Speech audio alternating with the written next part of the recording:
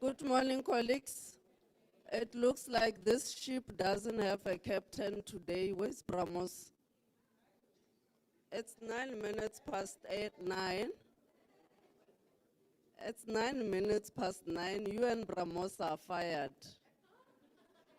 But you can take us through the day before you pack your bags. Thank you, sister. Thank you.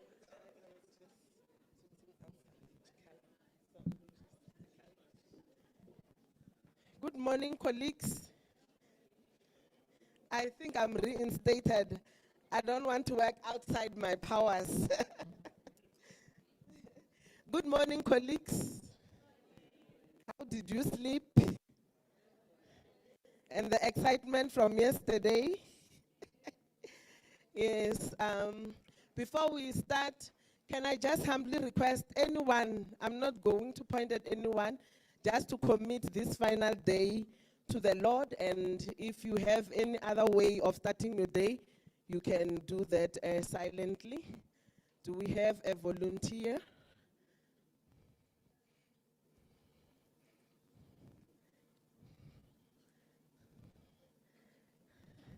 Okay, siyabonga babe. You can come.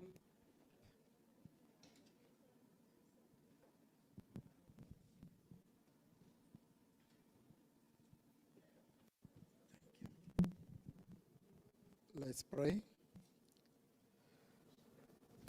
But I think before we pray, let me just, I'm a preacher, so I have to be one, even at this session. In Psalms 24, the Bible says, the earth is the Lord's, and those that dwell in it, for he founded it upon the waters. I'm just paraphrasing. It might be different from your Bible, but that's what it says. So it means we all belong to him. So we cannot start by not inviting him to be amongst us, so that all our deliberations should be perfected by him. Let's pray. Our mighty and loving Father, thank you so much for being with us right through the day yesterday. Some of us traveled far and wide. You protected us from the roads. You brought us here safely, and you've brought us again this morning as we shall start this service of trying to save your people. May you please guide and lead us so that whatsoever we shall be discussing here should be guided and led by you, so that at the end of the day, we should do what we deserve or we are supposed to do.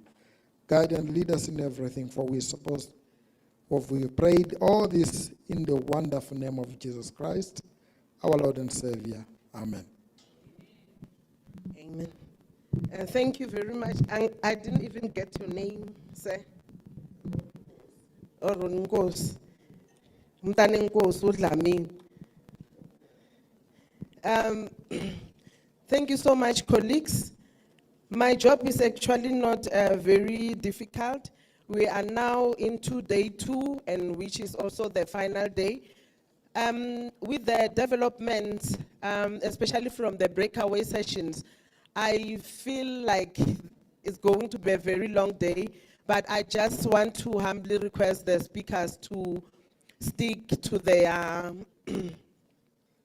to their mandate, whilst we note all the things that they will be raising, and then maybe follow it up with discussions later, which, depending on the time, if time permits, we will iron them out, but if time doesn't permit, we'll have to be guided by the DPSA as to how we can move the process forward in terms of the questions, the comments, and make sure that at the end of the day, same is distributed to all of us for further consideration.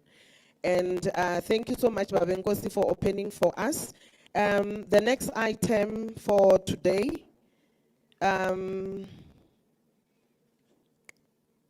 will be rendered by Mr. Isaac Ngabini, who's going just to summarize what happened yesterday, and also to outline very clearly the program for today. Okay. Abanikazi bendawo.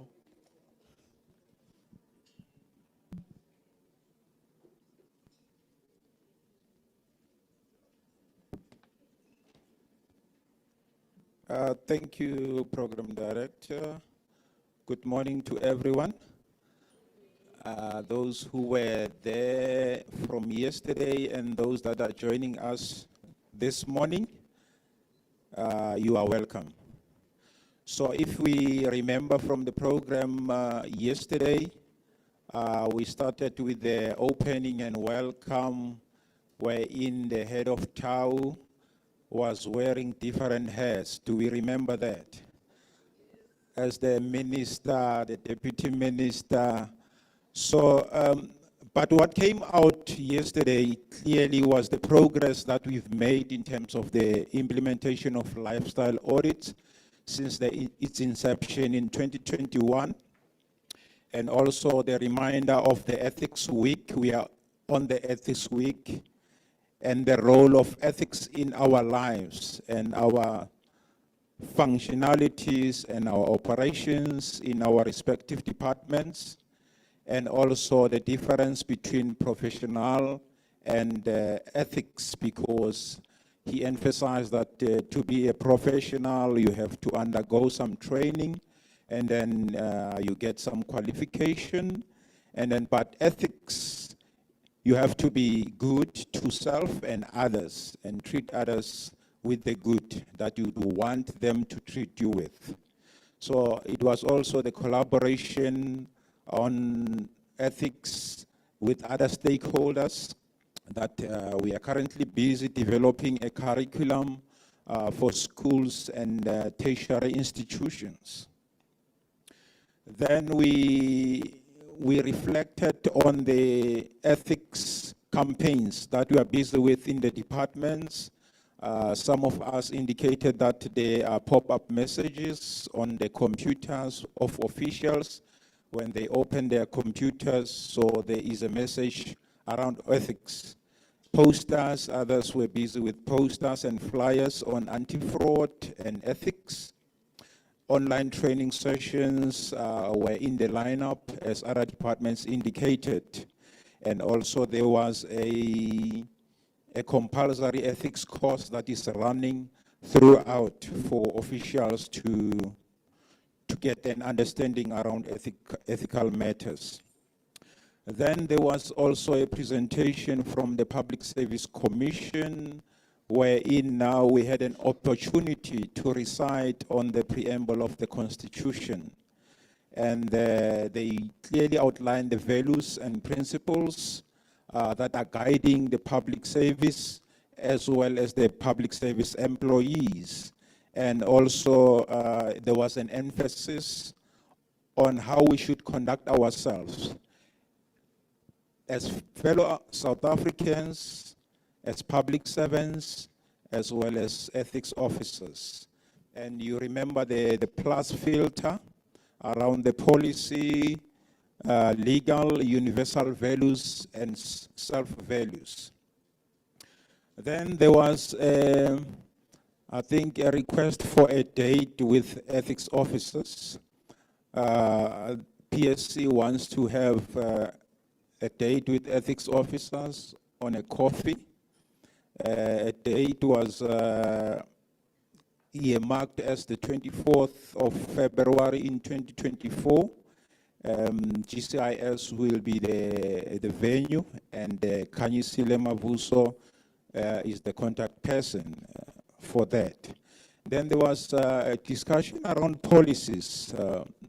There are directives that the DPSA is currently developing. So it was a directive on other remunerative work, institutionalization of the ethics officer function, conducting business with the state. And we had an opportunity to go into different groupings, wherein now there were discussions in those various groups. But whatever you've discussed yesterday, you'll have to present on that.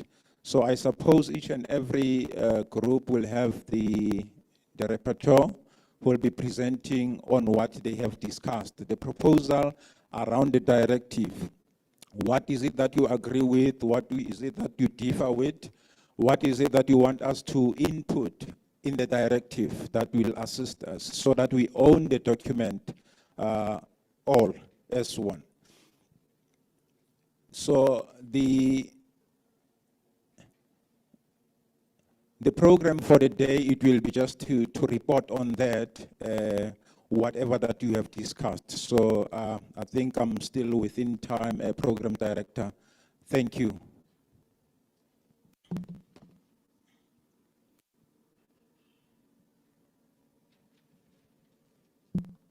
Thank you so much, Mr. Kavini.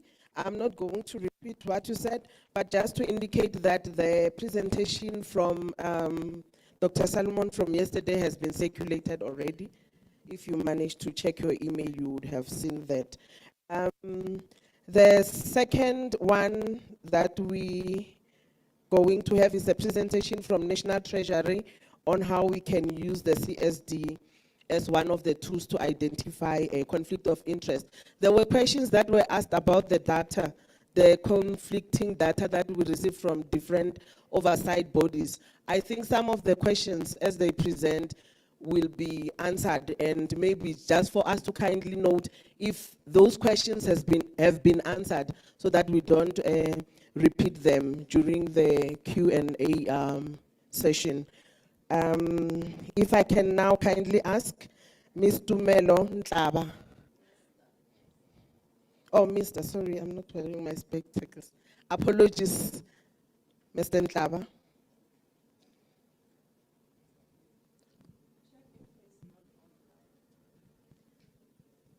And oh, sorry, thank you so much about that. And also good morning to our online colleagues. I forgot to greet you. I hope you also slept well last night and ready for the day. Mr. Ntlaba, can someone just verify for us if Mr. Ntlaba is joining us online, perhaps?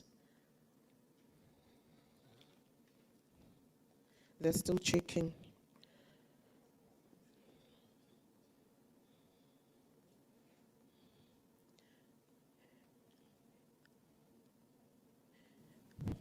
Sorry, Program Director, may I suggest that we go to the feedback for yesterday's group meetings.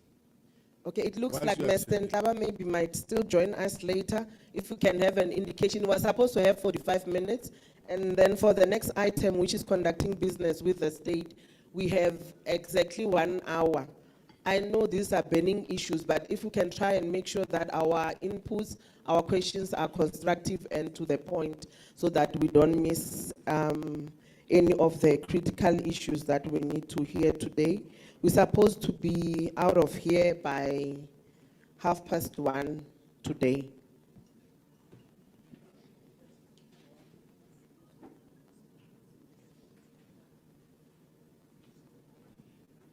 Okay. Because there were two groups. You were saying something about that, Ma'am Treasure, Ma'am Pleasure. What were you saying? Were you guiding about the presentations, the feedback? Because there's two groups.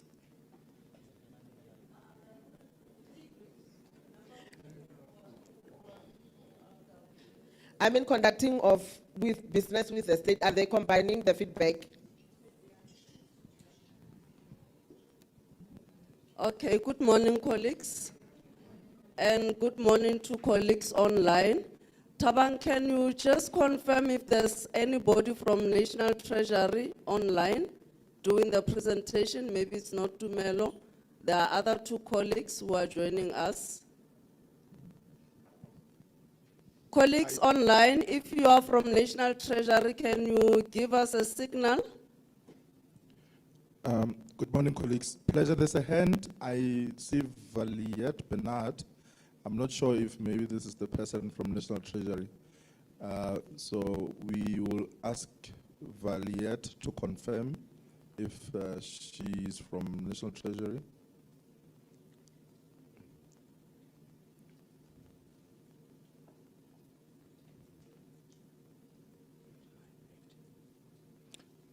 Valiet, can you hear us?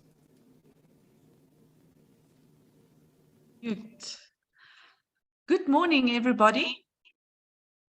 Good morning. Can you hear me? My name is Valita Barnard. We can hear you, yes. Wonderful, thank you. We have a presentation from the OCPO. And know if it will be possible to share that.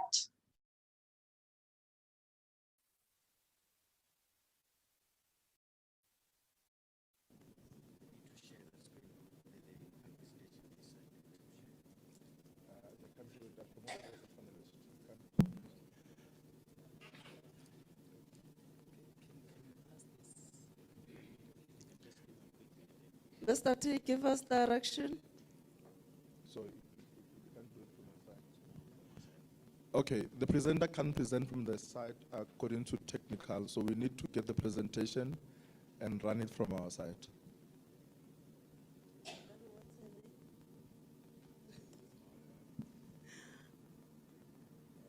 Ms. Barnard, can we give you a few minutes to organize yourself and maybe send the presentation to us also this side? And while we do that, Bramos, are you ready with the feedback from the committee? Maybe we can take that item while we're still organizing, Ms. Barnard.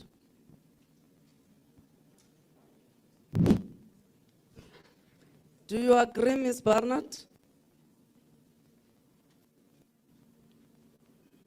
Okay, colleagues online, can you hear me?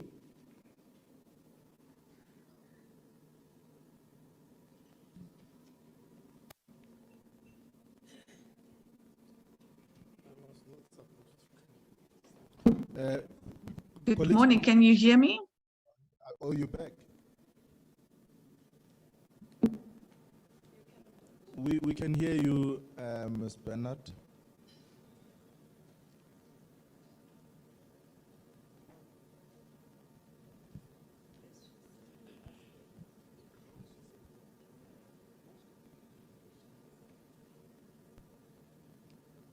Do you know this person?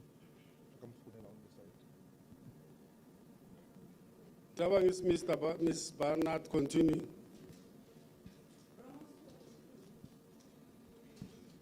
Okay, good morning, colleagues, and welcome to the second session of our National Ethics Forum.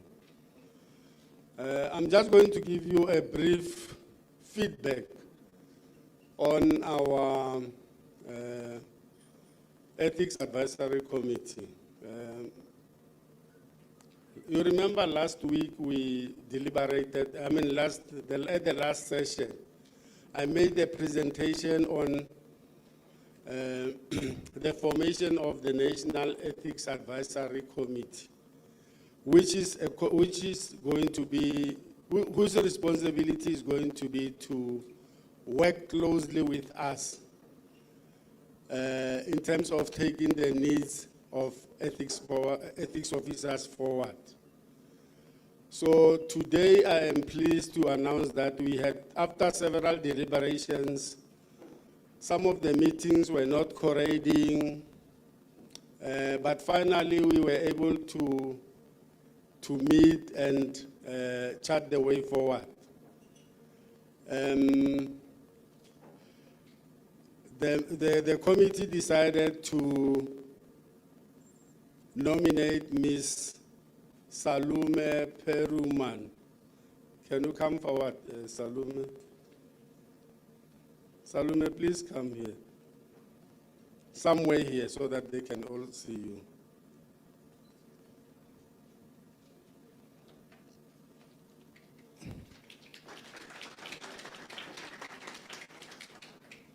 Mr. T, are you able to check with me if Tami Musehani is online?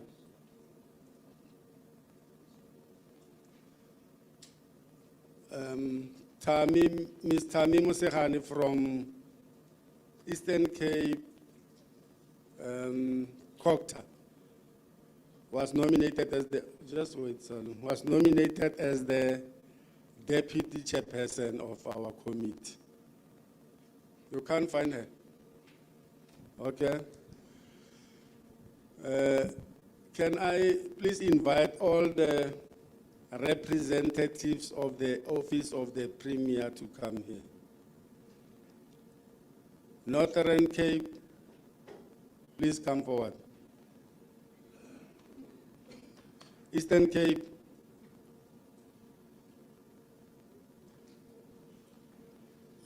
Office of the Premier in Gauteng, Office of the Premier in Limpopo,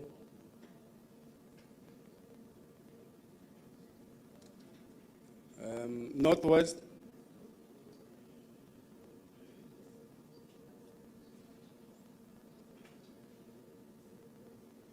colleagues of the back, please assist me with identifying those who are online as well. But yesterday they were here. Western Cape,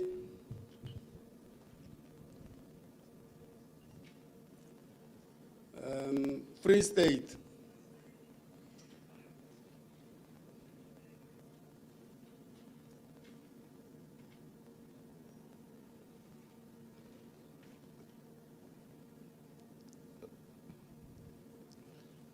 Colleagues who form part of this committee who are online, we request that you raise your hand so that we can see you or identify you.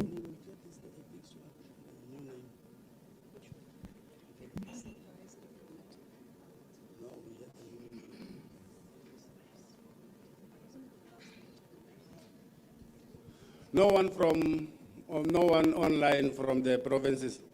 We have a hand raised by Nozipho Maholwana. Okay, Nozipho Maholwana is representing Western Cape. We also have Mochaji Letwalo. Mochaji, Letwalo. okay. We Please. have Anel Joste.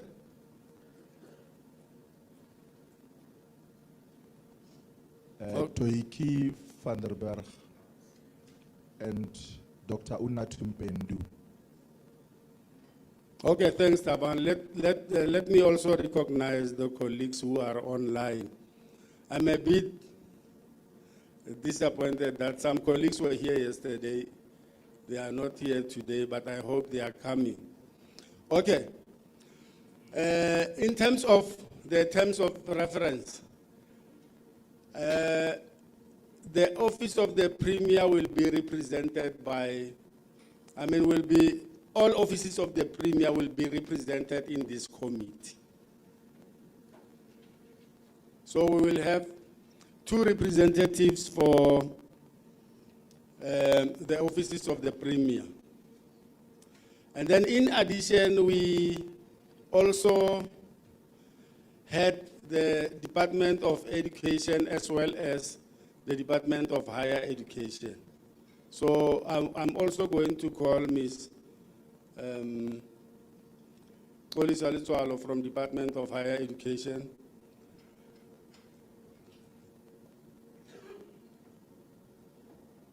Samantha Falls from Health. Samantha, are you here?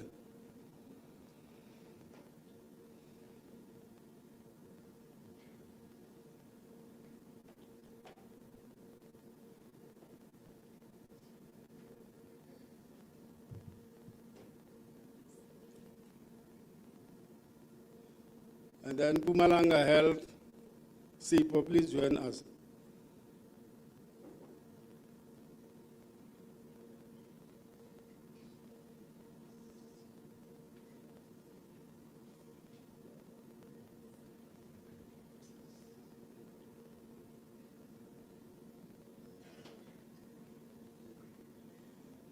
And then we also have some people from the clusters. Remember, colleagues, I said, I've always been saying, we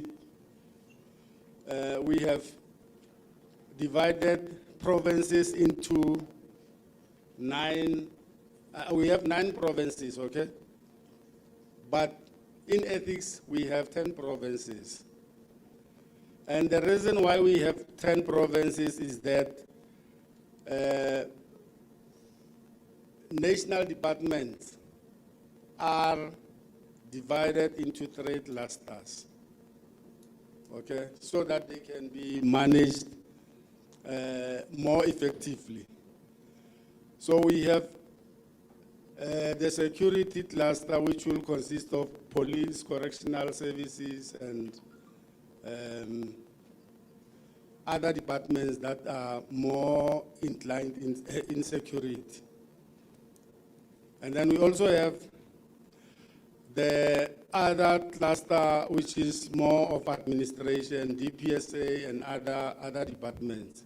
So we also co-opted members of those clusters into this advisory committee. So I invite those members if they are present in this room, to come and join us. Cluster 1, 2, and 3. I'm not able to see them, but they know themselves. Lorraine is coming. Lorraine is from Correctional Services. And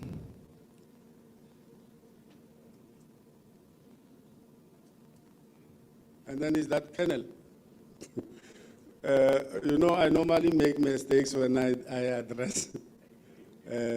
address people from subs. The other day I addressed a brigadier as captain.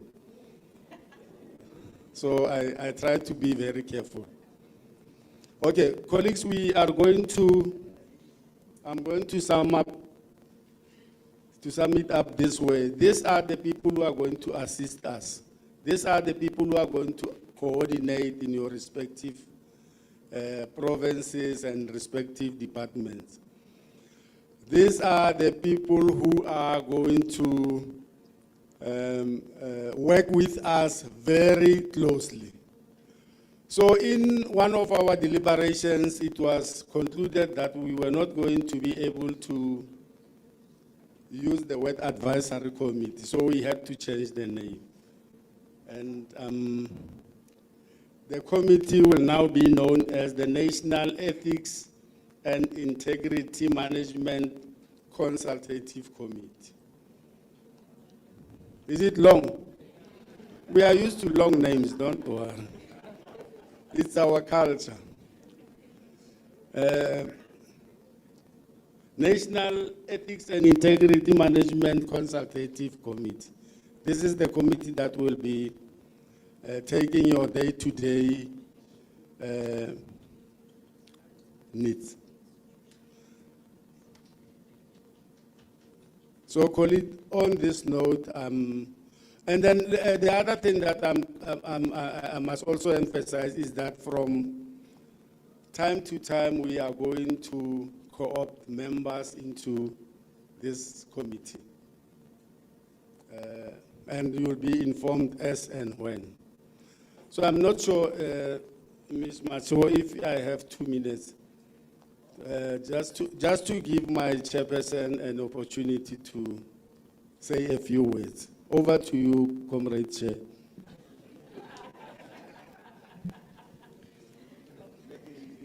Thank you, Comrade. So good morning, everyone. I just want to qualify something. I was not at the meeting when all these deliberations happened. I was not in the meeting when I was nominated for the chairperson post. So thanks for the vote of confidence, whoever gave me that post. All that means is instead of sleeping at 1 every morning doing the DTIC work, I'll now be sleeping at 3 o'clock. Thank you. Okay, so the name, you took my page.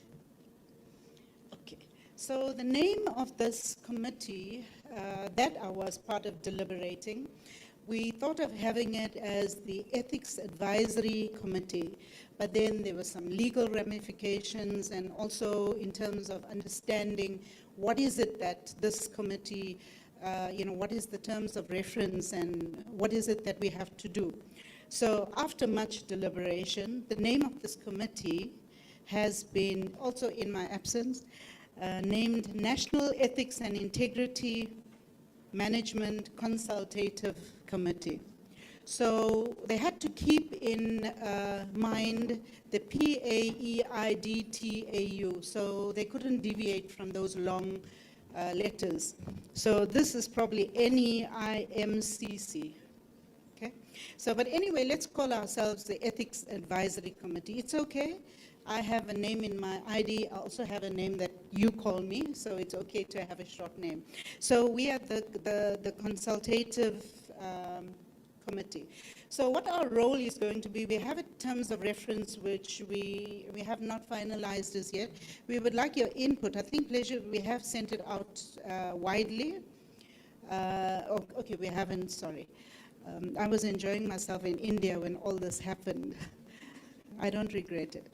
So what we're going to do is we're going to send out the terms of reference to everyone, all ethics officers, and we'd like you to give input in terms of what is it that you require from this advisory committee. I mean, we know what we're going to do, but the good thing is that all of us come from a national department or, the office of the premier. So we are the people that will require this type of assistance. But we would like you also to tell us what types of advice would you like.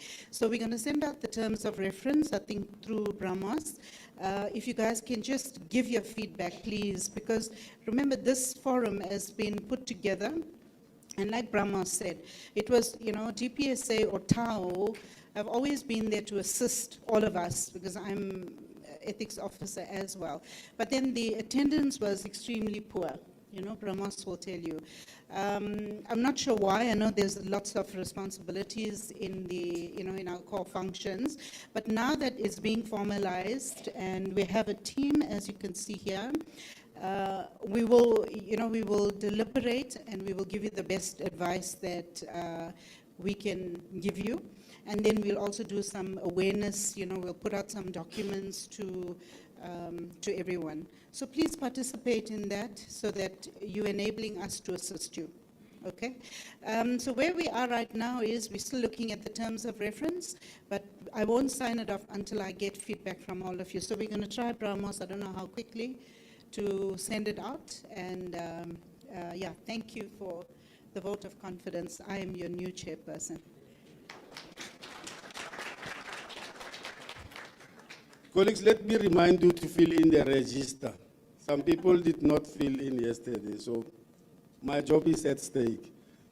So make sure you fill in the register so that we have a true reflection. It will circulate. Okay, thank you very much, committee and the chairperson.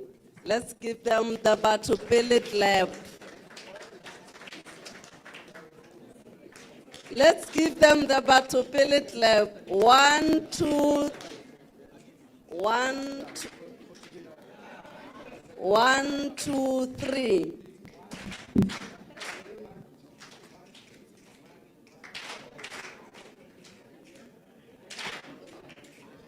Thank you very much. Our National Treasury colleagues are... Sorry, Pleasure, we just want to explain because I think people had challenges yesterday regarding the attendance register. So you scan these codes using your camera, you'll get a link where you complete. Those who are struggling, Vali is here, Vali, he will assist you.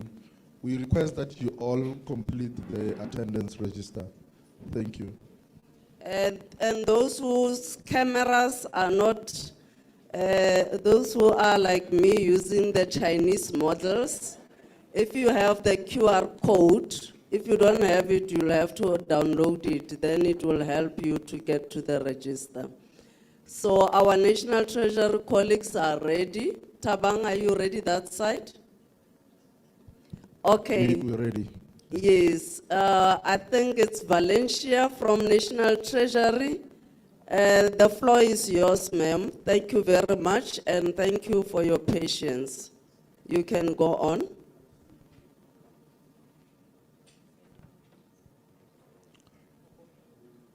Ms. Bernard, are you still with us? Can you raise your hand so that we can give you speaking rights?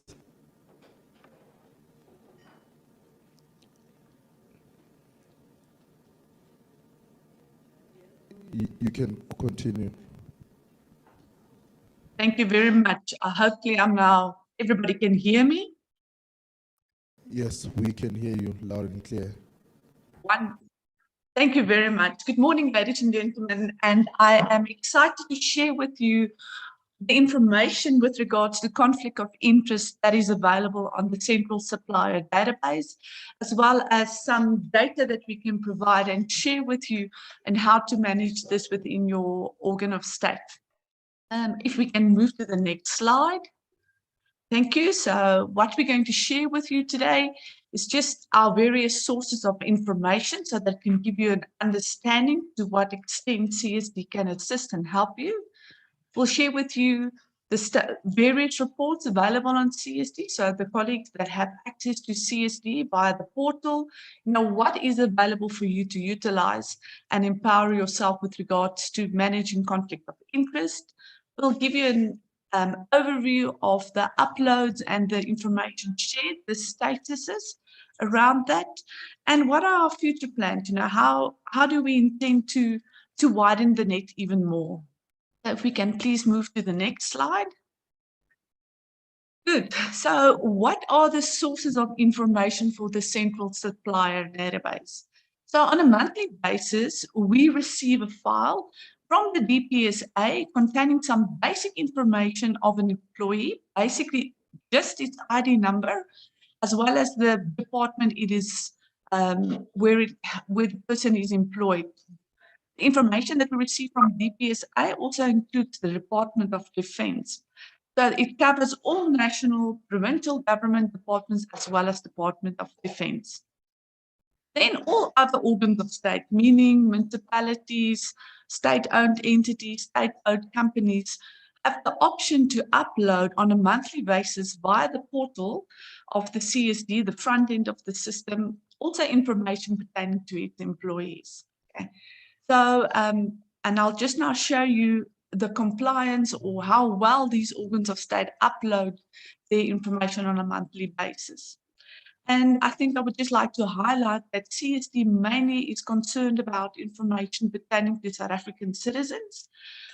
We do not have information with regards to foreign identification numbers, as there is no source, or the DPSA and the organs of state do not provide us with the information pertaining to foreign individuals. So that is, in a nutshell, the sources of information that enable CSD to verify if the director on the database is a government employee. This is just a picture trying to represent the information that I've just shared with you. DPSA monthly files, the various other organs of state like municipalities, state-owned entities, uploading the information onto various tables within the system. We consolidate the information, and then we have a thing called a master employee list, and we use that to verify. So when you run a report or when you register an employee or a supplier, we use that as the source to verify information.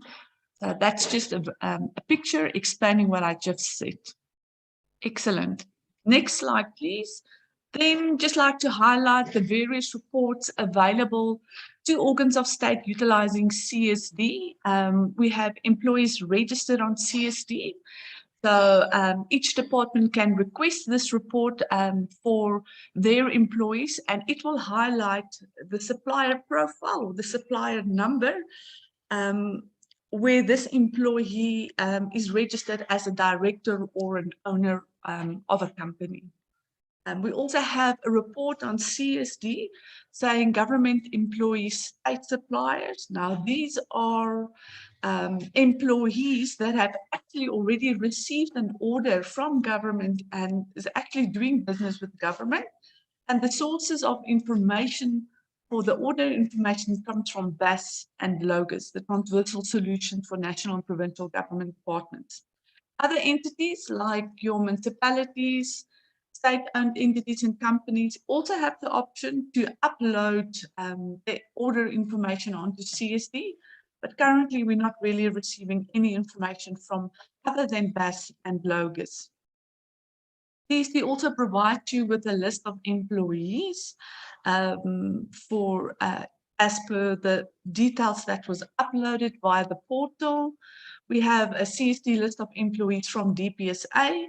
So it is also possible to pull that list. And then we have a report reflecting upload status. It's like an audit trail showing you which entity uploaded it, a file on what specific day. So there's a clear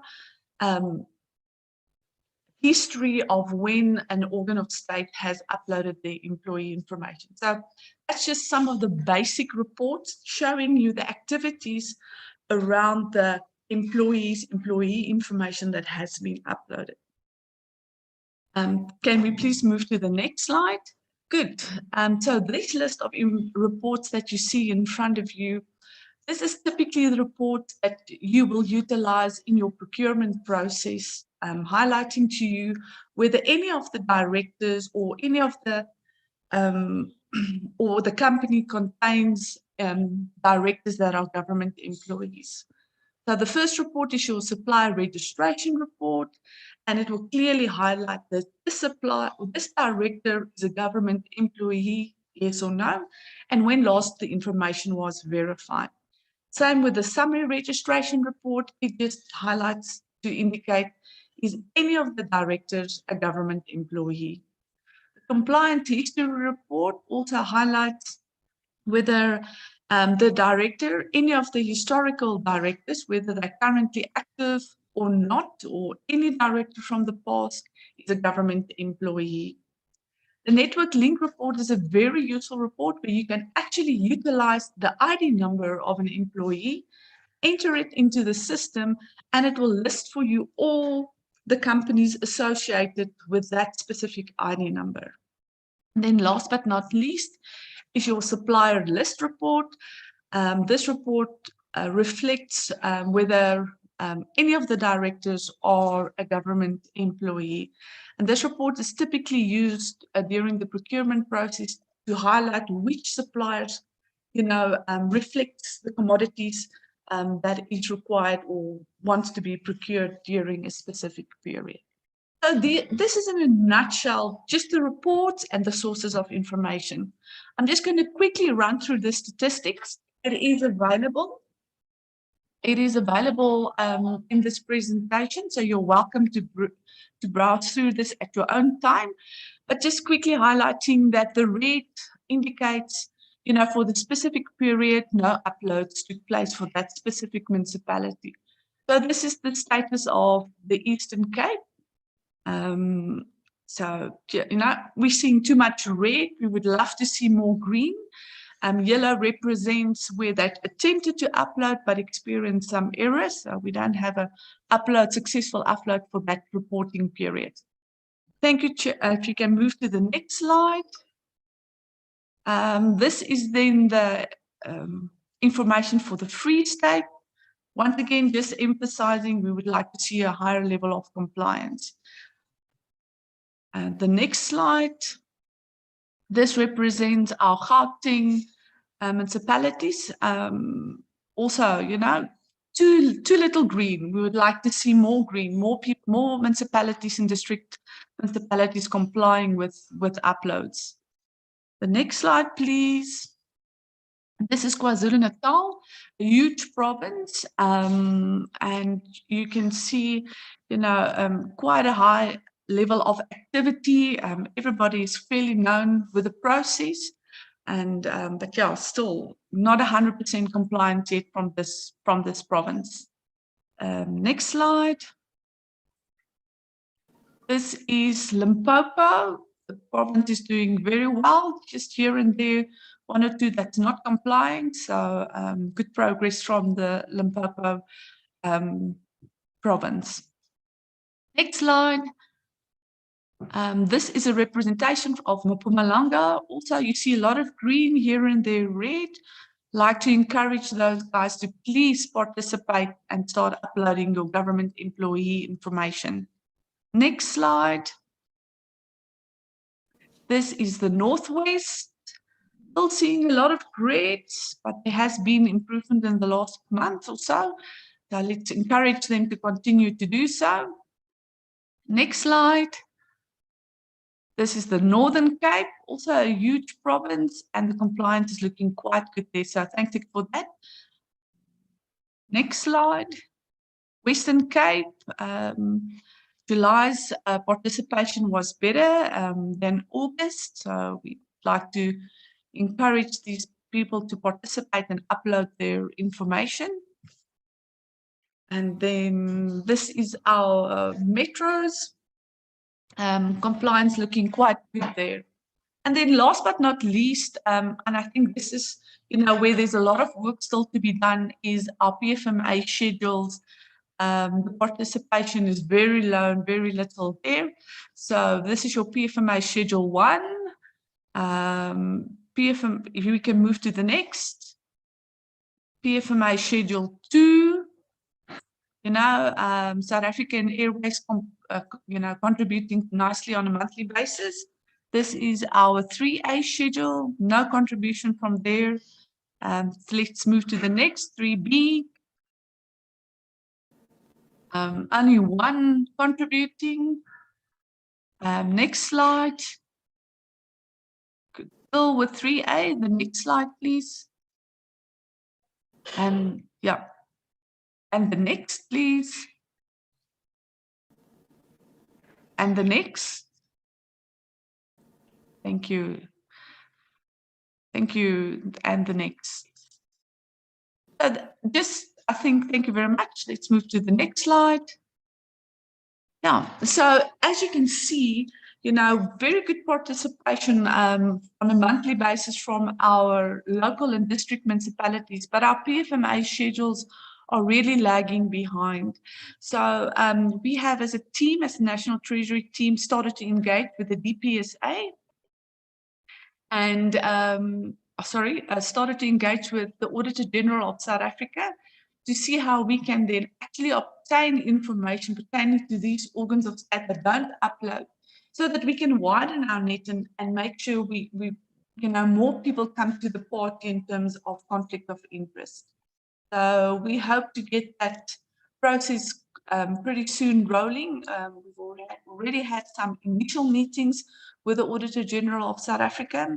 So we hope to, by the end of the year, closely to get that process integrated, and then at least we'll have some form of information pertaining to the PFMA schedules. I'm not sure if my colleague Thijs Blom is online, but I can continue to present his part of the spend analysis that we performed from the OCPO's office. So we have information pertaining to spend, the actual payments coming from the basic accounting system BASP that covers national and provincial government departments. We then merge this information from BASP with the information available on CSD to be able to compile then these various dashboards pertaining to conflict of interest. So I would just like to move to the following slide.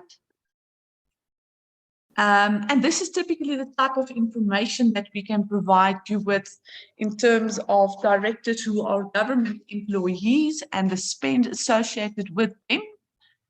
And the next slide, please. And then the details pertaining to that. So these are all potential conflict of interest, listing the details of the various payments and supplier numbers associated with these payments. So this information you are able to obtain from Thijs Blom at the National Treasury. So, you are welcome to reach out to us after this meeting to see how we can assist. If you're a national or a provincial government department, we can enable you to obtain these reports on a monthly basis. Wonderful. So that is in a nutshell how, as the OCPO, we bring the information from the Transversal Solutions, BAS and LOGIS and CSD together to enable organs of state to manage conflict of interest. Thank you very much, Chair. That's all from me.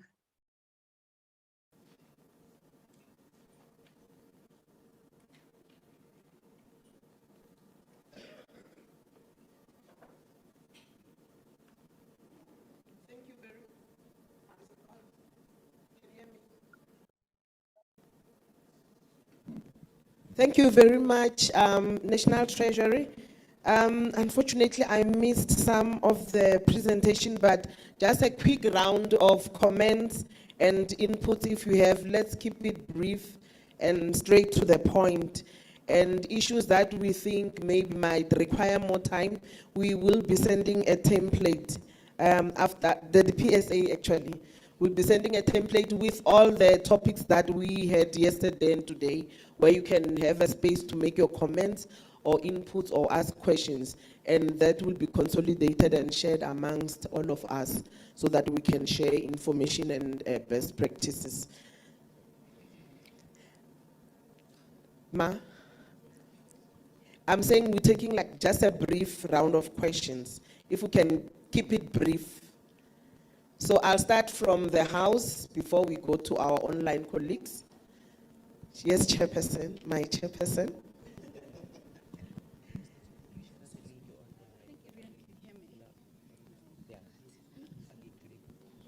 Okay, thank you, Chairperson. The one risk that we face as the DTIC, and I think everyone else does, is annually the AG does an audit, and they have a finding that's called doing business with the state. So I've personally made the recommendation for the past 5 years, I think, that we do not want a report that tells us which employees are on the database. There should be a control or a field on the CSD system that blocks you from even getting in. Because as long as your name and employee is on the database, the CSD, it's prone to something going wrong. So this is what, and I don't know whether the AG wants to raise findings, and that's the reason why, because we said the root cause of that sits in the CSD. So they need to put something in there that if it asks you, are you an employee of the state, or if you put, it asks for an ID number, it should block you.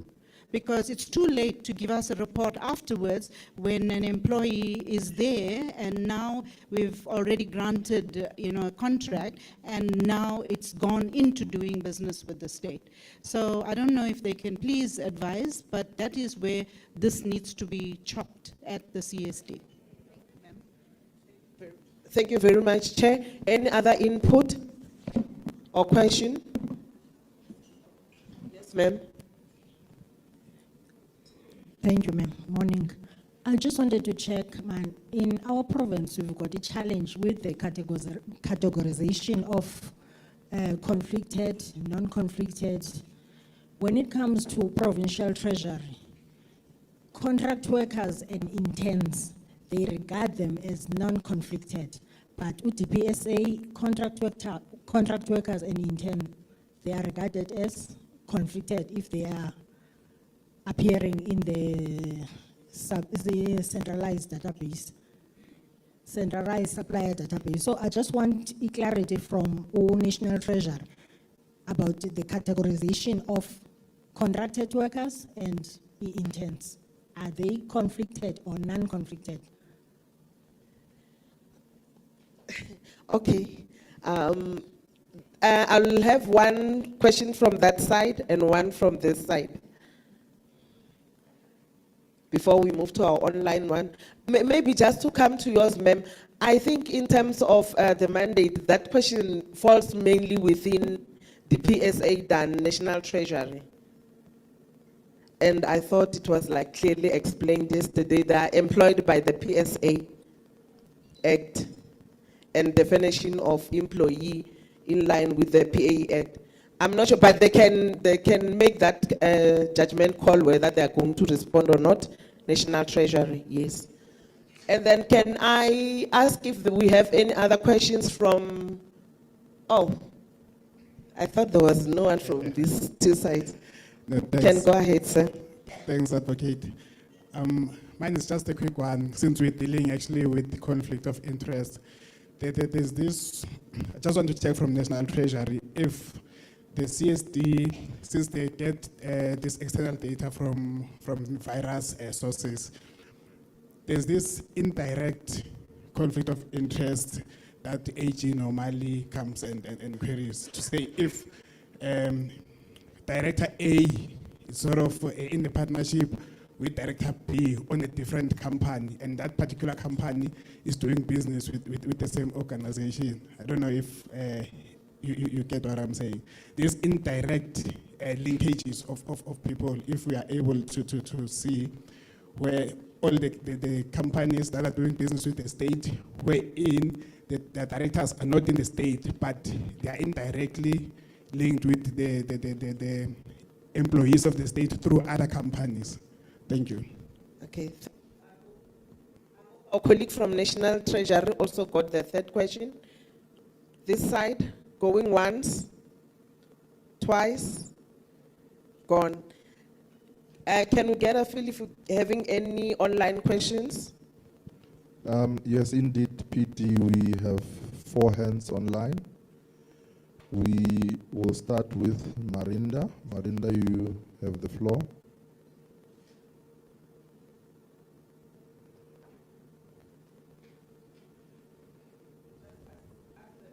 Mute.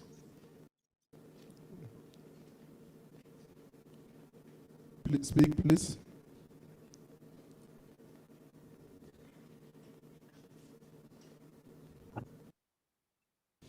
Okay, you were unmuted, but we can't hear you.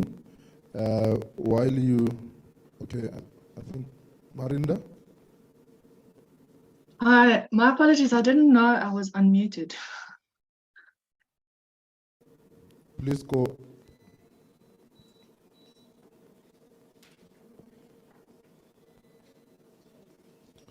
Marinda? I'm speaking, but you can't hear me. We can hear you now. Oh, Please can you? Oh, sorry, I was saying also I didn't know I was unmuted, so I didn't actually have anything to say. Sorry about that.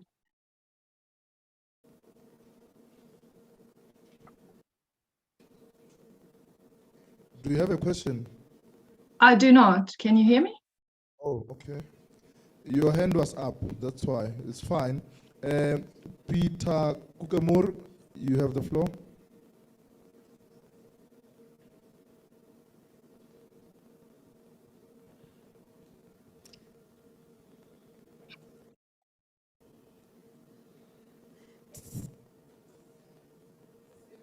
It seems like we have Peter. challenges. Tabang, it seems like we have challenges. Maybe we can just allow our colleague from National Treasury to respond to the 3 inputs so long. The first one was on on the possibility of blocking or just prohibiting officials from registering on the CSD just from the system itself. And then the second one was on the conflicted or non-conflicted of contract workers, and you also said an interns, ma'am. And then yours was on? Indirect conflict of interest. Direct conflict, yeah, so you got it. If you can respond to those 3 so long, madam. Thank you very much. So with regards to the first question, can CSD block a supplier from registering if any of their directors are flagged as government employees?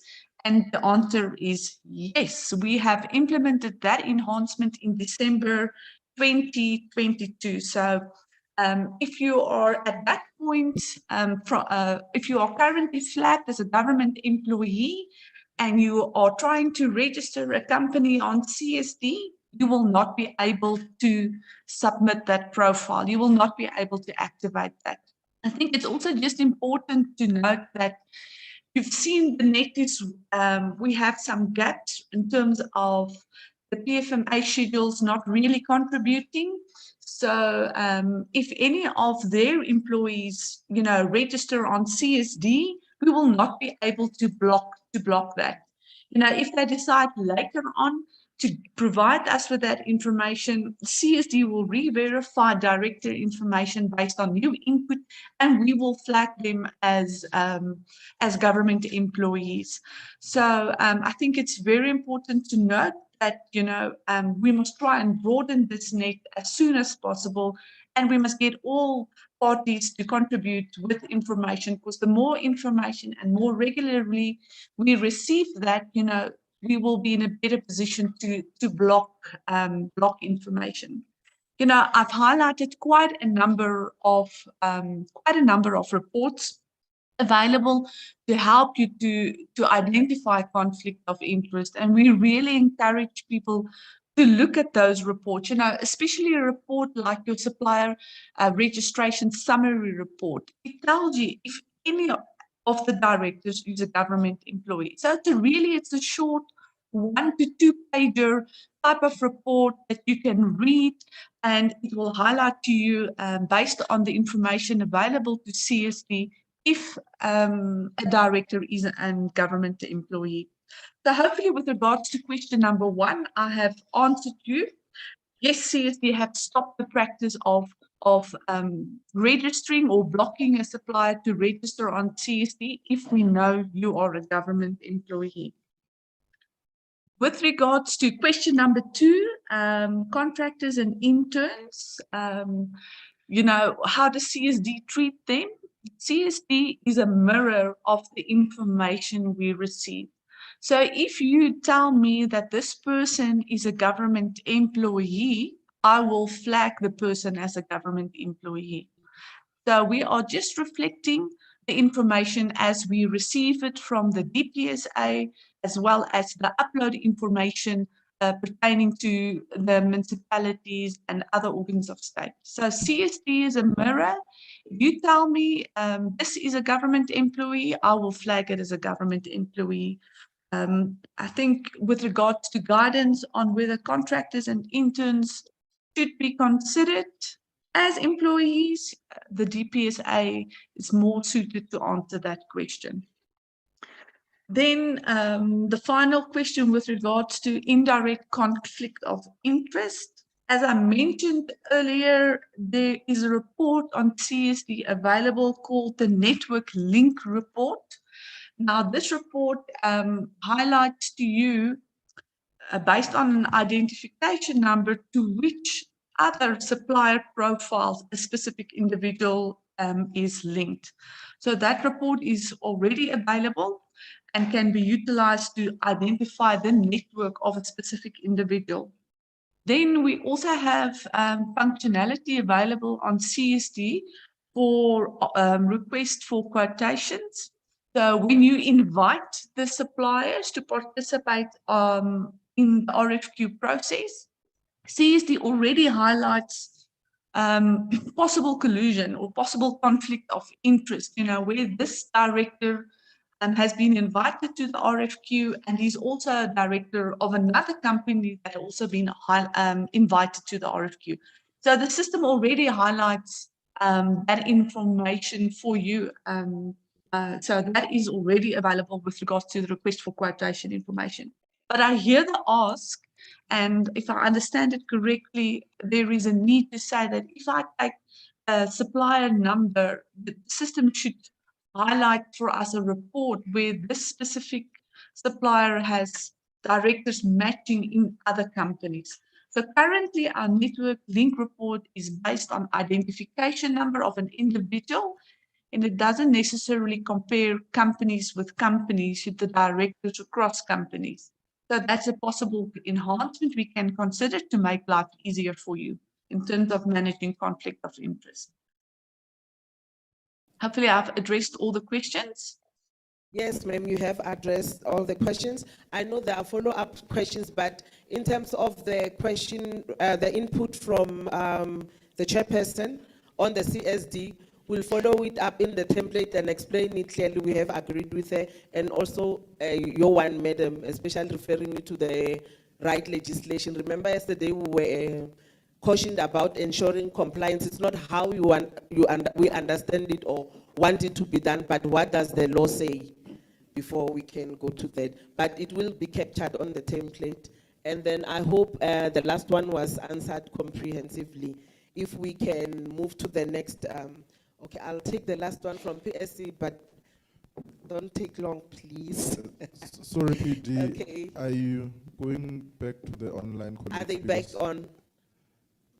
Are they back on? Yeah. and I Okay, think let's maybe take the online, let's give we the also online request- colleagues an opportunity first. We request Ms. Barnett to also respond to some of the questions posed in writing. You can see the Q&A and respond to those that you have. How many do we have? We have now 6 hands online. Can I kindly ask that she takes note of those questions from online, or if possible, even respond from there? Respond to those questions from there. Maybe take 3 of the 6. I don't know how you're going to do that. Maybe you'll use the time. Okay. First come, first serve. All right. Mr. Kukamur? Thank you, Chair. Can you hear me? Yes. Thank you. I'm just going to make the comment now because I'm very excited about what National Treasury Barnard has said, that they're prohibiting government employees to register now, because that is the one that gave us major headaches, because you will only find that out when a colleague has gone down, for example, to KZN, registered there on the CSD, and you find it when the AG is on top of you. So thanks a lot for that. I think we can give CSD a hand. Thank you, Chair. Thank you. Mr. Sevota?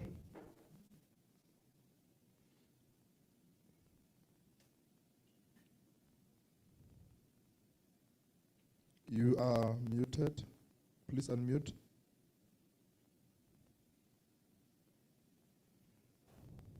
Oh, thank you. Thank you, Chair. I think mine is just limitations on the systems that I've picked up. Because when you access the system in terms of confirmation of whether an employee is a director or whether a director or a member is an employee of any state organs, it will either indicate yes or no. But there are instances where you'd find employees of the department, instead of registering as directors or members, appearing under supplier contact information. So indirectly, these employees are still having interest into a particular business or company that would have been registered on CSD. So to what extent can we also control in such a way that we don't necessarily only focus on directors, members being state organs, but also focusing on whether or not those are appearing under supplier contact information are not employees of state organs. Thanks. Thank you. Mr. Francis Mabika?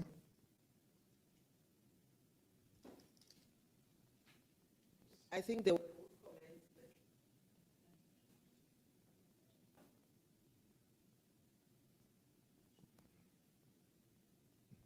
Francis, you have the floor.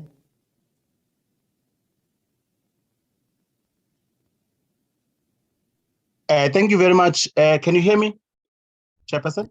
We can hear you. Yeah, my question, Chair, is we had some cases where you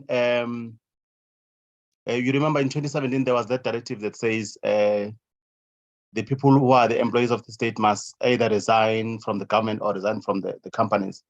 But now people tend to abuse the system. I would resign from the company and then put my sister to be a director. But when you look at the handwriting, of the SPT form, other documents, it's still my handwriting as an official. So you see, so people tend to play around the system or play around the processes, because when you look at it, still the person is still involved. So in a way, it's as if we are fighting against the battle that we are unable to win, because still the person is still involved in the day-to-day dealings of the supplier. But when engaged, they are saying, no, I was assisting my mother, who is now a new director of this company, and things like that. So I'm not sure how we can work around that. But on the directors, he has resigned. But when you look at the document, it's the same in writing, or at times even the contact number is still the same contact number of that very same person. But in other cases, the contact number will be different will be the contact number of the new director. But the reality is that the very same person, when you look at the document, is still involved. Thank you. Thank you. The last hand, PD. Noktula. Thank you, Chairperson. Can you hear me? Yes, we can hear you. All right, thanks. Mine is not a question.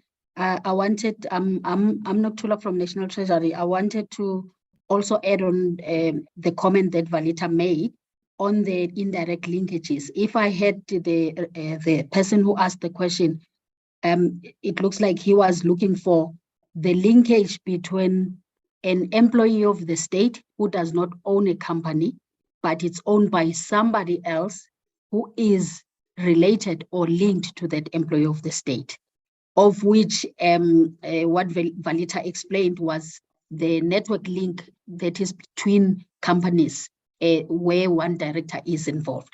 So with that one, that question is almost the same as the latter, the speaker that has just asked now, because the information that we have is for the employees of the state. So immediately, if it's your relative or your friend or a person you are related to, but is not an employee of the state, unfortunately, we don't have that information. Unless that person is a supplier, we'll have that information as a supplier. But in terms of linking that person back to the employee of the state, unfortunately, we don't have that kind of information. There's a lot of information that will be required to make sure that that happens. I mean, there are a lot of scenarios. If you look at Home Affairs, because we get information for IDs from Home Affairs, it will be difficult to link the stepchildren, the step parents, the step grandparents, you know, all that line of relative, even friends. So it will be very difficult to link that. So unfortunately, that's the information we don't have of relatives or friends that are linked to employees of the state. So from the CSD, we can't, unfortunately. But with the last question that was asked, in terms of a person who has resigned and put the relative there, the SBD4, the SBD document allows that people should indicate or disclose their relatives. So I guess that's the route that is the instrument that is available currently. But on CSD, unfortunately, we can't assist on that one. Thank you, Chair. Thank you. Unfortunately, I'll have to cut this so that we move to the next session. But if I can kindly ask all the OTP representatives to make sure that all your departmental representatives are registered on the mailing list from the PSA so that they don't miss information. But should it happen that they are not on the mailing list, to ensure that you circulate to all your colleagues in the province. We will follow that up. From the House, you'll have to send in your questions and your comments. And then from the floor, I would like to believe that we are registering, and then we'll take the comments and the responses. I mean, from the online, we'll take the responses and the comments as we receive them from the chat boxes. You'll have to forgive me. I'm not nice today. I want to go home. Sorry about that. And then the program has changed a bit. We still have all the headings or titles or presentations there, but now it has just been swapped around so that there's a flow of processes.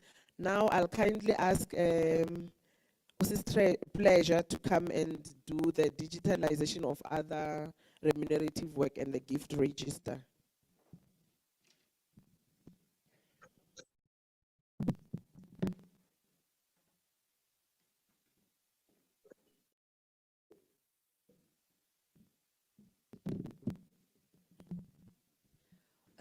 Once more, good morning, colleagues, and good morning to colleagues online. This is not a presentation, it's actually an announcement, but I know you might have questions there and there. You will be allowed. We must just make sure that we don't go beyond the tea time. As you heard, Program Director is not in a good mood this morning. She's homesick. So colleagues, two things. One of the processes that we are involved in is to digitize the other remunerative work process, application process.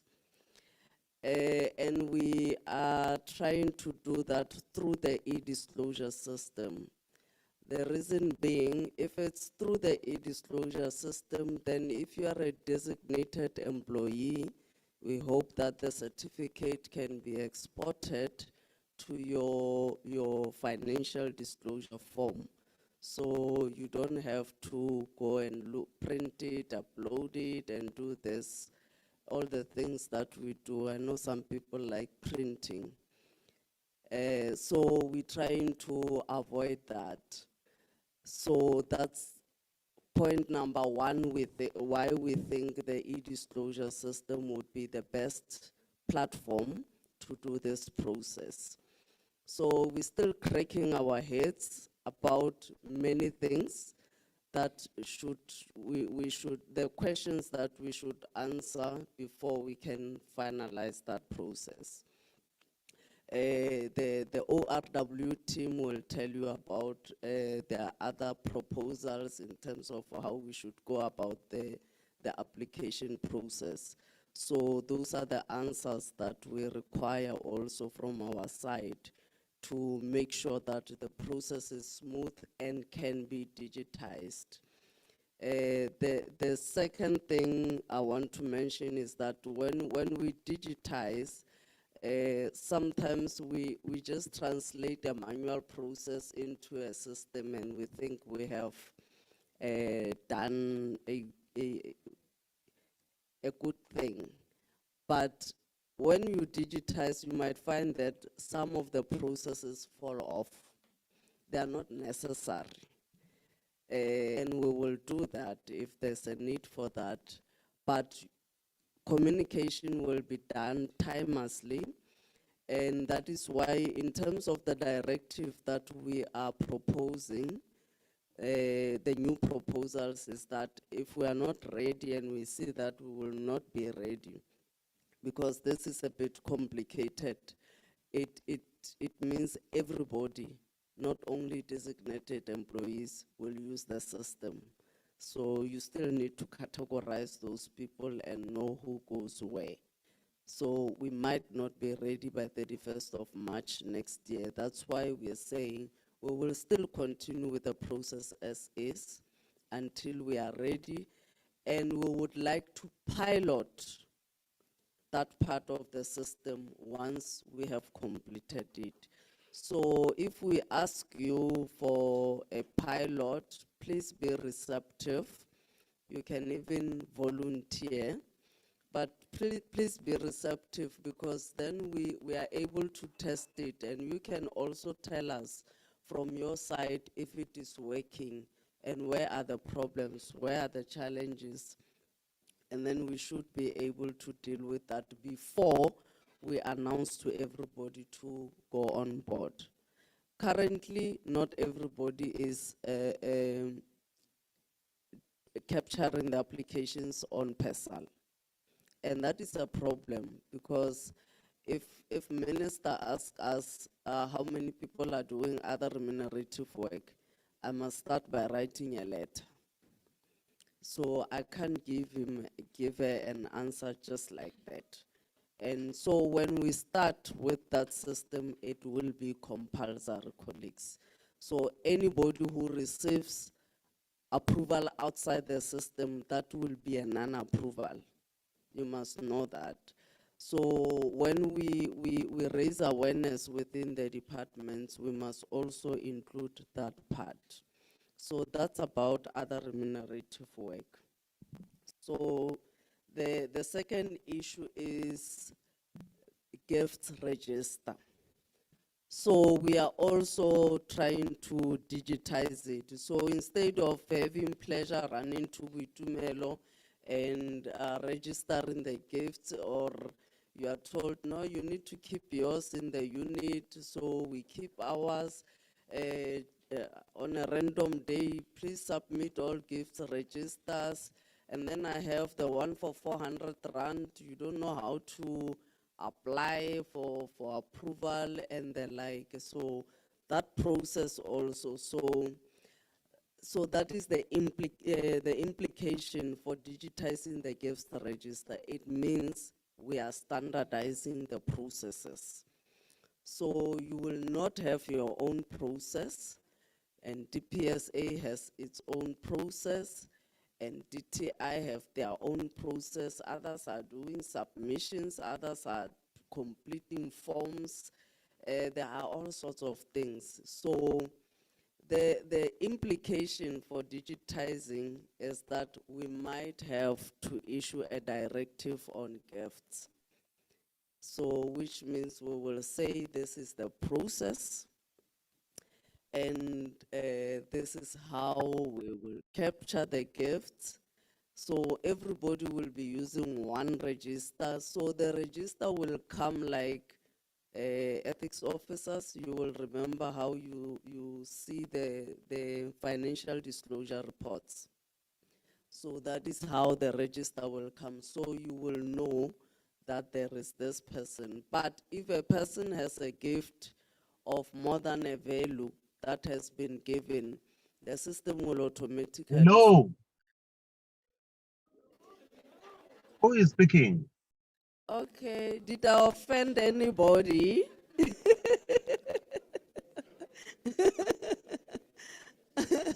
I hope I'm not offending anybody. So the system will automatically say you need approval. And then it will send it to whoever needs to approve that. So you don't have people running behind ethics officers' backs and backdating the approvals or coercing others to approve and all that. So everything will be done. And remember, the system is stamping it has a date stamp for every process that you are doing. So if your HOD or your MEC is saying, let me see the gifts register, you just have to send that one. It will be there. And then the good thing is DPSA will also have an overview of all the registers that are there and the gifts that are being received and whether people are complying with the regulations.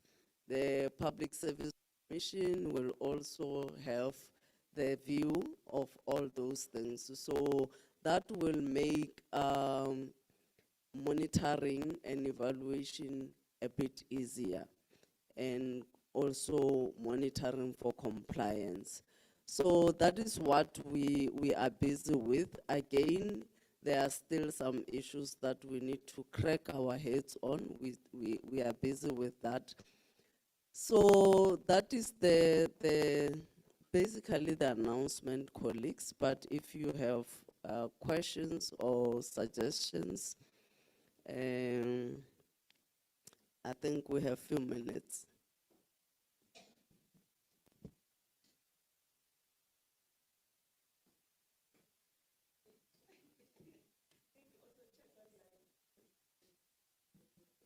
Tabang will monitor the online for us. There's a hand up there. Sorry, if I'm without my glasses, I can't even see who you are. Okay. Colleague. Oh, Ntate Matubatuba.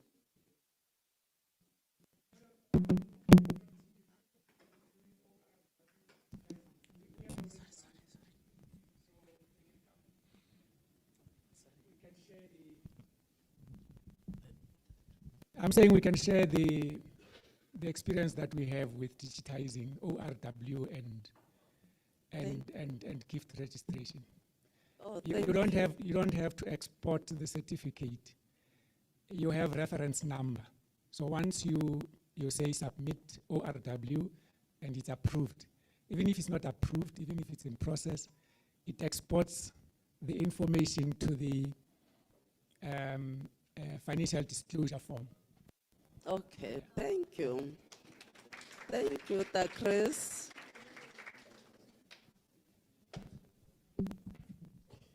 So we will come to SASSA to learn about this.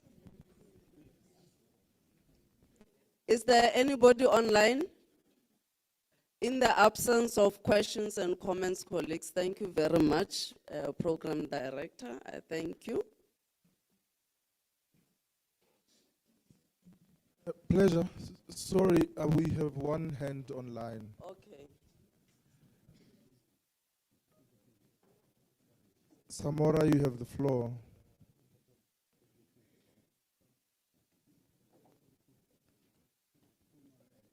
Please unmute and speak.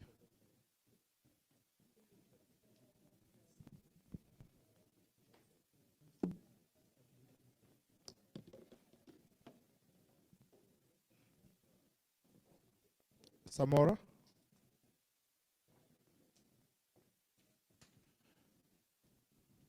PD, I think we can move forward.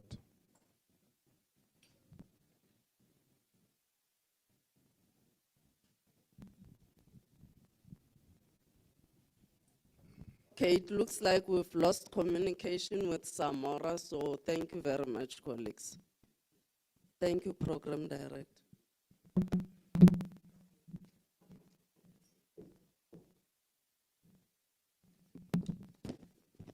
Okay, so far so good. Maybe we must just try and move to the exciting section of today, which is feedback from our groups. We'll start with the group on conducting business with the state. I don't know who's representing the group. Conducting business with the state. Okay, there she comes.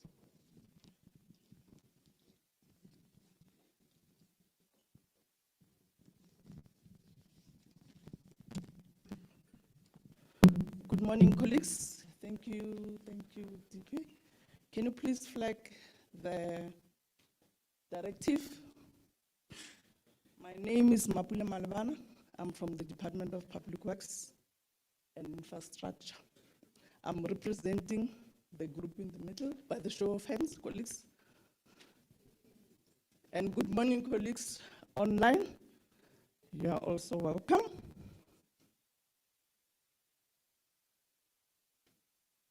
What we did, colleagues, we went through the document one by one, the changes that were made, and we also make some inputs on it.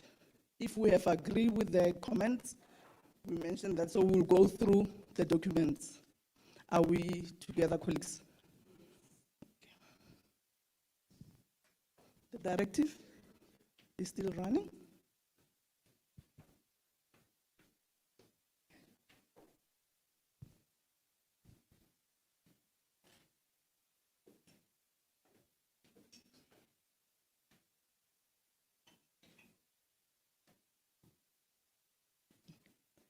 I think the system is slow.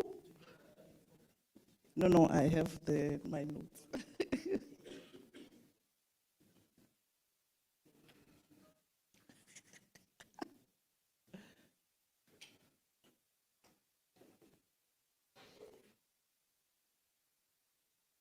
Okay, there we go. Can you move, colleagues? Page 2.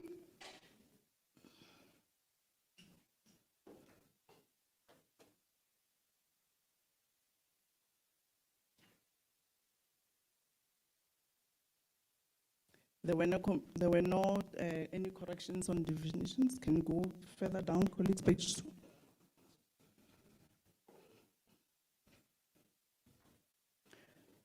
The first one is unit. The group agreed with the changes because previously, colleagues, we didn't have the unit's name and so forth. So we are agreeing with the Public Administration of Ethics, Integrity and Disciplinary Technical Assistant Unit, as explained. So we agreed as the group that it can remain. Thank you. We can move to 2.7. 2.7, the corrections or the update, this directive will appeal. We repeal and replace the directive of on conducting business with organ of the state issued by the minister. The group felt that it is misplaced here on 2.7. They indicated that it can be moved to implementation on 11. Maybe colleagues, can we go to 11 so that we can, colleagues can agree whether or support or whatever, because we feel that it has to be there on the date of implementation. The directive shall take effect.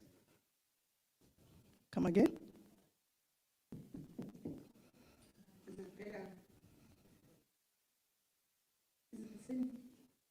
What is happening?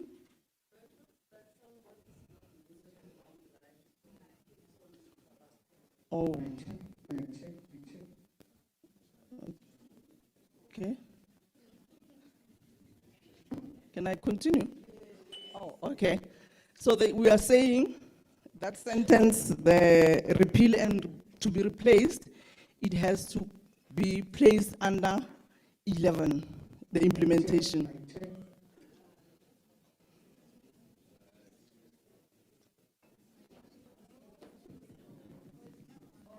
Oh, okay, all right. So colleagues, that's how we are suggesting to be placed. Colleagues, we can move back.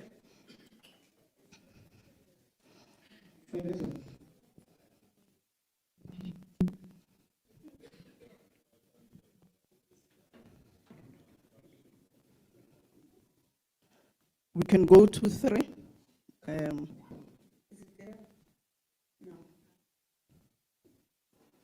The scope of applications. The group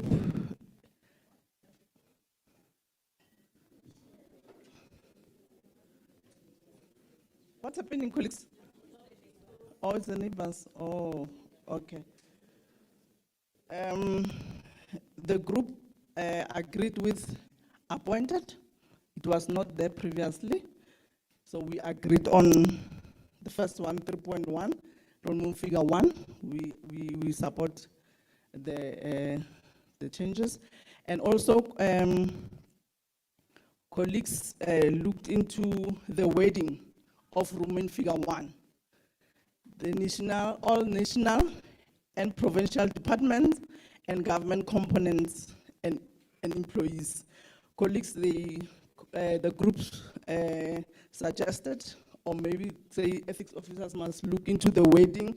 Maybe it needs to be revised of some sort, because there were discussions on that, but we couldn't come up with how it should be structured. But they say maybe we have to relook on the wording on it. Now, colleagues, did I capture our discussion correctly? Yes. Okay. Roman figure 2. Yes, no.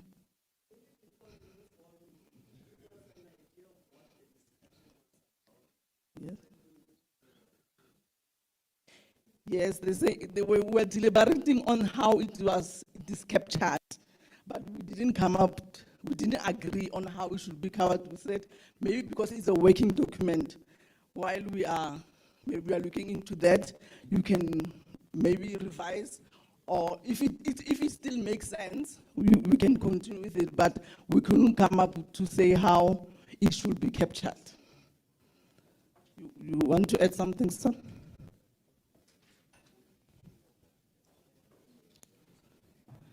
You are saying something, sir? Who can I? Oh? You, oh. Assist, okay. Yeah, give it to him. Thank you. I'm not sure if I captured the question correctly, but in our deliberations, we were concerned with the repetition of and.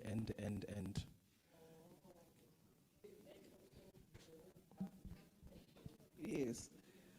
And also the government components, yeah, was not clear whether what are we referring to as because we also mentioned the provincial and national. So what will be the government components? No? Okay, yeah, thank you, colleagues. Sorry, Mapula, can we request colleagues, if you want to speak, raise your hand, we give you the mic, please. Okay. Colleagues, we also deliberated on from figure 2. We noted that on the directive, there was no abbreviation or explanation of the abbreviation of members of the service. So it was also deliberated that we are referring to SAPS, correctional services, and members of defense, but I think it needs to be clearly defined, maybe on top as a definition, because it's not clear what are those members. No? Okay. 3.2, the group, this directive does not apply to person appointed in terms of section 12A of the Act and the person who provides specific services to the department but are not appointed in terms of section 9 of the Act. Members agreed and supported the changes made. On 5.2, 5.2C, we agreed on personal benefit, but we also deliberated on financial or otherwise. So there was debate on what do we mean by otherwise. In that regard, we debated a lot to say what is otherwise? What are we implying as ethics officers on otherwise? How can we benefit? Can we benefit financially or how?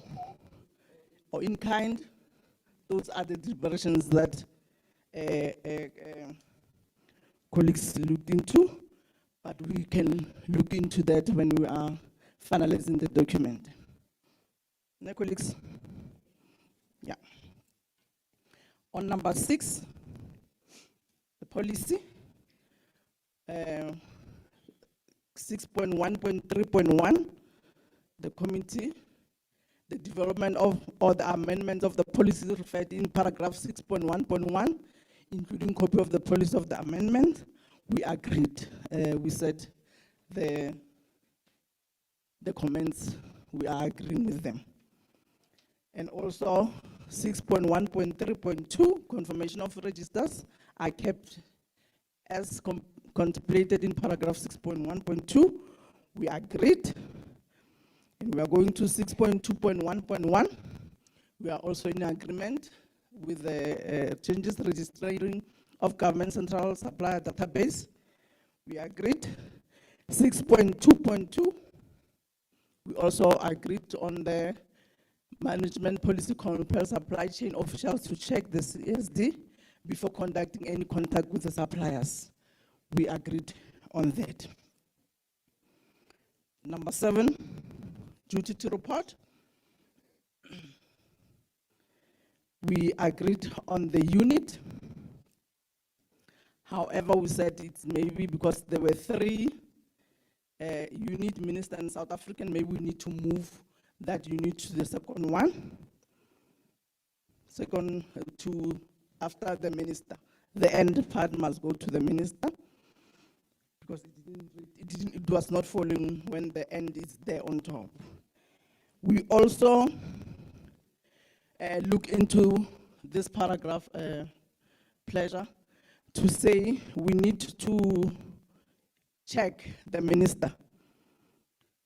We need to identify some anomalies here because HOD cannot report to the Minister of DPSA in terms of section 16 of the Public Service Act. Where does our EAs, our department, our EAs of all our departments, or even the provinces, where do they feature in the whole thing? I don't know if colleagues, you get what I'm saying. So we need to look into that, whether that minister, are we leaving it as Minister of DPSA, or are we looking also into our EAs? No? And of course, we also look into the reporting channel, the 7.1.3. We are saying we need to report to South African Police Service if the HOD has a reasonable belief that an offense has been committed. But however, we are looking into the reporting channel, colleagues. When do we report? When do we report to SAPS? Upon identification, or when maybe an investigation has been conducted and there is a report to be submitted to SAPS. Remember, the investigation, if the investigation has been conducted, there will be recommendations and so forth, and there will proper facts on that.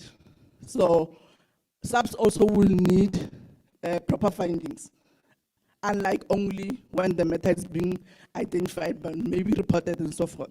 Because not everything has been reported or reflect can be result into that needs consequence management or on that. I don't know if we are in agreement, colleagues. We hear me. You hear me?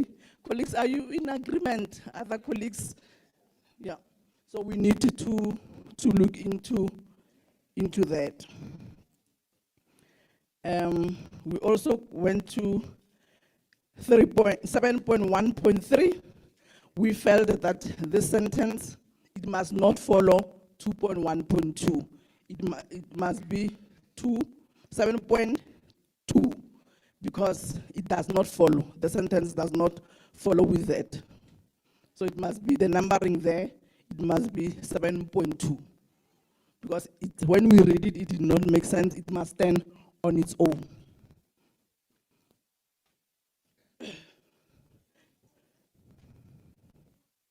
Do you get what I'm saying, colleagues? Okay. We also look into number 9, general. We missed the 8 there. General must go to 8 in terms of numbering. We agreed on 9.1, all the changes that are there. We agreed on them. It will be, that means they will be numbered as 8 and 8.1, 8.1.1, and so forth. Now, colleagues, are you together? My colleagues online, are we together? Okay. Hopefully they are. We also look into intervention, number 10, which will be our number 9. We agreed on changes, the intervention of the public administration, where the HOD is made aware of the fact that there are employees in his or her department, we agree on the changes. 1 and 2, Roman figure 1 and 2, we agree with that. We also look into the list of conducting business organ of the state. I don't know, colleagues, will you be able to flag? Okay. Colleagues, we agreed with number 2, the exclusion, we agreed, but we also went to number 6. You can go to list number 6. Official activities undertaken on a part-time basis, either temporarily or permanently, to a number of departments in terms of employees' employment. We deliberated on number 6. We asked ourselves, what are those officials? There were discussion, other officials indicated who are those. We gave example, we don't know whether they fall into that one where maybe labor relations officials who will go to another department to chair for disciplinary cases and so forth. Are we referring to those officials? What activities are we talking about in this one? Maybe there will be a discussion to be clear what falls into the activities and what are those activities that are happening. Now, colleagues, okay. We also agreed on number 8. Number 9, we agreed. But there was also another matter that was officials, audit committee members. Previously, one of our colleagues indicated that it was there on the list of exclusion, but now it's not there. So what is happening with them? Officials who stand as audit committee members in other departments and so forth, where are they now falling? We also need to talk about that. I think, colleagues, that are deliberations that the group went through. Yeah, I think that is the last one, colleagues. I think I've captured you correctly. Thank you.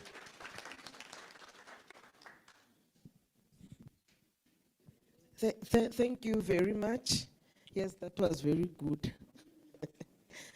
It's coming from the team, by the way. They're saying that was very good. And we also saying that was very good. Let's do the Batu Pili clap for the group.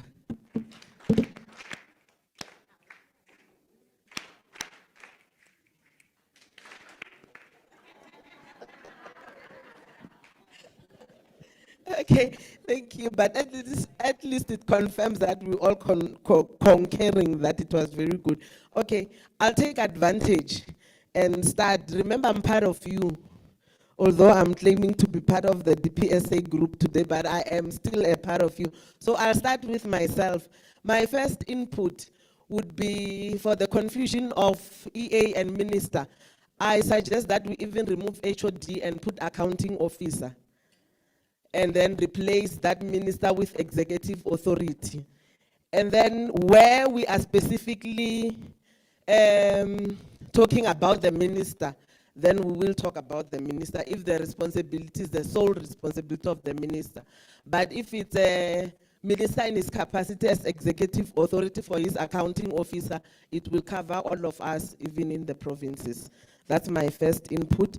And then on number 10, I just gave an example with 10, because on 10, you'll see that you were using executive authority. But the numbering there, I think you must not just start with the Roman figure. You must change it to 10.1 and 10.2. It's just only 2 items. And then on the annexure, the last point that you concluded on the audit, on colleagues who are serving on audit committees of other departments, I think we can move that discussion to number 6. I think they will also be part of number 6. Huh? Okay, so like that, those are my suggestions. So we're starting on a high note. Let's go. Can I start with this side? Oh. Oh, okay. Oh, sorry. I'm not saying that is the case on number 6. I'm saying we can start the discussion on that. Okay, no, thank you very much, colleagues. Thank you so much. We appreciate the work that you have done. I'm not responding to their questions because probably you will give me an opportunity at the end of the discussion. I just want to clarify some things so that when we have a discussion, we don't repeatedly go to that. When you do a directive in terms of the Public Service Act, you will always refer to HOD. It's not, he's an accounting officer in terms of the PFMA. So we don't mix the two. Yes, so it will always be HOD, colleagues. HOD and accounting officer is the same person, but they don't mean the same thing. Government component, the Public Service Act explains what government components are there. And I think one of the groups asked it yesterday. We have 6 now. So those are the government components. If you don't have one, you don't have it. But if you just want to know what it is, go to schedule. I don't know if they use 1 and 2 of the Public Service Act. You will find them, but there has been additions. So you might find that the list says 5 and then but there are 6. Kibo GPF, GTech, government printing works, what else? Water something, municipal infrastructure, what, MIS. Those are the government components, but they are. Sorry, I was saying, do we have a schedule for them? Yes. Maybe if we can define them in terms of like schedule, whatever. I don't know if it will be. I safe. carry this is a directive. They are explained in the.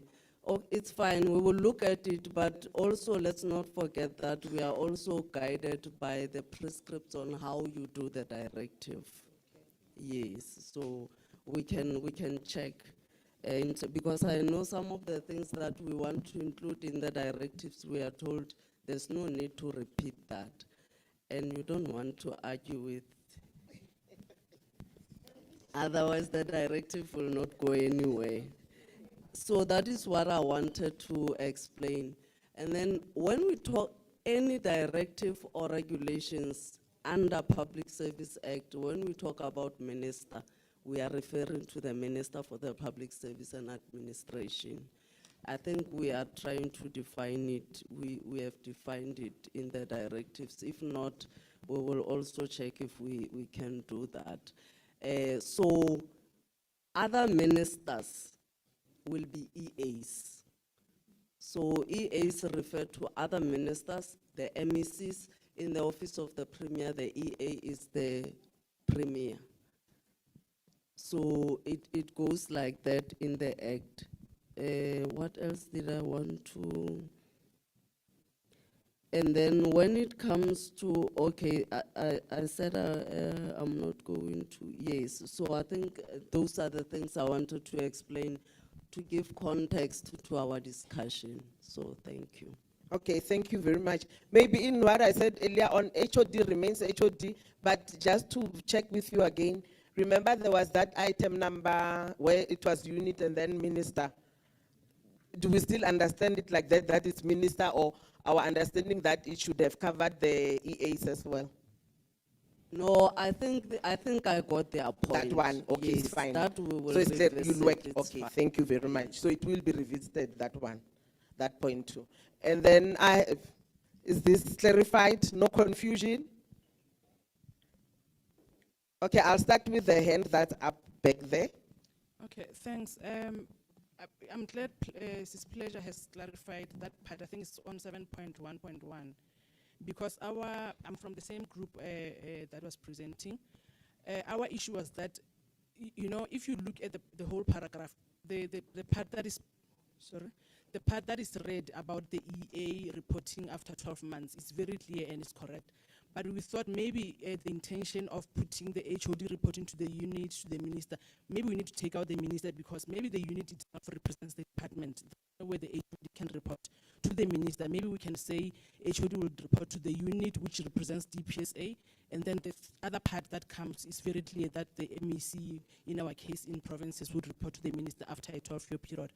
Now the second part deals with, I just wanted to add, we as a group we were divided in terms of understanding whether this aspect means conducting business with the organ of state, because if you look at the definition there in the document, it explains that a person has to enter into a contract, whether oral or written, with intention or with the whole purpose of delivering goods and services for some benefit. Now we deliberated on an issue of where a person registered, let's say I registered a company, I'm a director. Through that company, I have a school or any project. Then I benefit from a department. Let's say, for instance, a social development. They have a grant that they issue to the school, to schools for, or maybe agricultural purposes. There's a certain grant that they give. Now, because I'm a director of that company, I have that school, and the Department of Social Development says there's a particular type of grant that we give. Then I apply through my company. So there was the house was divided on that, whether is, because the definition when you look at it, it says you must provide goods and services for a benefit. But in this case, I'm not providing any goods or services, but I'm benefiting from an organ of state. Does that constitute doing business with an organ of state? Thank you. Thank you. Pleasure. And the PSA team, you got it. And then, sir, I'm noting you.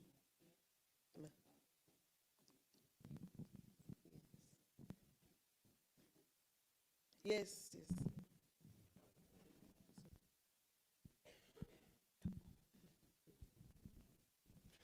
Thank you, Program Director. Thank you very much. You'll have to pardon me, colleagues from the DPSA. My name is Sidney Mungala from the Department of Communications. I just need to ask things because I was not here yesterday. If I'm repeating whatever you might have discussed, that's fine, and I'm happy to be in the division here that has presented, and thank you very much. I agree with everything, but just on this 7.1.1, maybe DPSA will clarify it for us so that we are able to understand. My simple understanding, just reading it, it will mean that because you are saying the head is reporting, it should be that they are reporting to the DPSA, not necessarily a unit within the department. You can't be the head and you're reporting to a unit within yourself. So I think I'll believe that if I'm wrong, you'll correct me. The other one, the minister, I think Pleasure has already clarified, is the minister in the DPSA. Maybe for the unit, if it is the TAU, maybe they just need to expand it to say TAU so that we are able to understand that's the area. Then, because we're talking about the allegations, the number 3, maybe we need to remove the other part that talks about belief that an offense has already been committed because it suggests that it's no longer an allegation. So I think those are my inputs. Thank you, Chair. You got that, Sis Pleasure? Maybe also if the group can be kind enough just to load their inputs on her system so that she's able to follow. And we're supposed to be going for tea, but at least we can stretch it until 11:10 and just complete this group. Any other input? Ndate Komrao? And then after that, then we will try and accommodate our online colleagues. There's another sore issue of employees of state becoming councillors in the municipalities. I don't know whether you dealt with that because there's I think the Act, is it section 36 or so? I mean, we are not subject to the Public Service Act, but I think it allows it, and the regulations are silent about it. So it's a very sore issue. I don't know whether, I don't hear it being discussed. You got it, as pleasure. Do you want to address the ones that we got from the House, or must I accommodate the online ones as well before you go on? Can you please tell my boss, if you know her or see her, that everywhere I go, I talk PFMA language so that she can, I'm not lost. So I was so consumed into our language, accounting officer, executive authority. Yeah, but please tell her that, yeah, I'm a fully fledged provincial treasurer over here. It was on a lighter note. Can we take the officials on online? Chair, there's no question online and there's no any hand at this moment. You don't have anyone online? No. Maybe if we can try and attempt and respond to the first round quickly. Pleasure. Thank you, and oh yeah, thanks colleagues once more. And where you said go and check, go and revise, do this, I will do that. And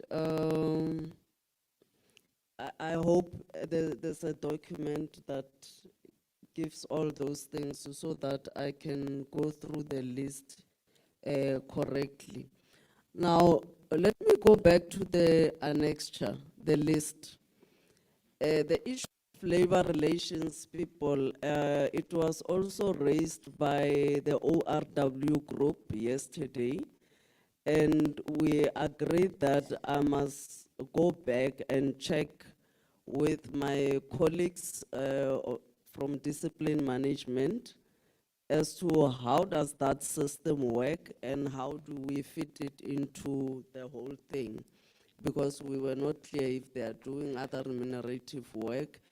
And it's also because that system is not standard, so we will have to investigate that before we take any decision about whether it's part of the activities that are excluded from conducting business and whether it's other remunerative work. It's still, so I'm saying it's noted, and then we will discuss it further. You'll probably get a response when we deal with the inputs. The audit committee members, colleagues, the directive is very clear. So our colleagues who are hired like me and you cannot be remunerated for being part of audit committee members. Yes, why would you choose audit over risk, over ethics? There are so many committees and we participate in many of them. If you want to volunteer your services, you are welcome. Because some people argue that they benefit in terms of experience. So it's well and good, just volunteer your services to those committees, then you are fine. If you are in Pretoria, the committees in Cape Town, let them buy you a flight, let them rent a car for you, let them book accommodation for you. Then you have nothing to do with all those things. You just go to the meeting and contribute your expertise and gain whatever you're gaining from all those people. So I'm saying it's conducting business with the state. And that's why we are removing that number 2 on the list, because it seems to be confusing people. It was referring to audit committee members who are not employees of the state. But because they are paid through PESAL, AG is picking them as conducting business with the state. So we are saying no, they are not conducting business with the state because they are not our employees. Go Healthy, they have sessional doctors. I tried to explain this yesterday. So in the Department of Health, you will find sessional doctors who are also paid through PESAL and are picked as employees, and they are actually not employees. So that is what was referred to there. And I know we can spend the whole day discussing this. We ended up having another bilateral that side yesterday on this issue. So yes, no, it was never there. It has always been number 2. Grant recipients. Colleagues, when you receive a grant from Department of Social Development, it's not for you to go and buy your groceries. So firstly, there will be a service level agreement. So if you want us to say contract and service level agreement are the same thing, we can do that to clarify the matter. So it means you're going to render a service somewhere, and probably you also gain out of that. If you're doing it voluntarily, okay, maybe it's something else. I don't know if there are those, because even those voluntary organizations who receive grants, they also get to deduct their admins and other things that they get. So it's not like, yeah, you're not bringing people to sweep the floor and get paid, but you taking that service to people and then you get paid in return. Whether you paid through deducting fees from the grant itself or what, it's the same thing. Reporting to the unit.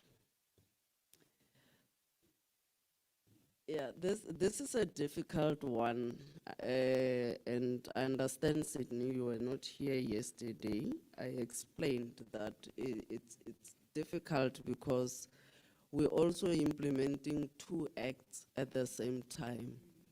Now, when you go to the Public Administration Management Act 2014, it establishes a unit with certain responsibilities. And that unit happens to be within the DPSA. In the long scheme of things, it should be out of that department at some point. But unfortunately, it's there, but it's still recognized as a unit. So it has to discharge its functions. And when it comes to the public service, those functions relate to the Public Service Act and the Public Service Regulations.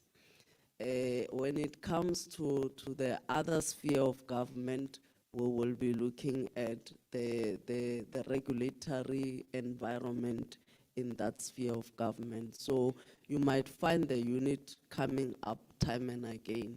So yes, the current arrangements are such that it's within the DPSA, it's a chief directorate within the DPSA, but it's still being recognized as a unit. So that's why you will have it there. But, okay, councillors, colleagues, this one is very controversial. And Chris, it's the regulations also address that issue. It's not only in the Act. In the regulations, it's Regulation 15. It's being addressed there, and what I can say is that the discussions are continuing around that. So I don't want to give my personal opinions on that issue. It's a thorny issue, but we are continuing the discussions on that. Otherwise, I've noted all the changes that colleagues are proposing, renumbering, and all those things that we need to go and think about. Thank you very much. Thank you very much.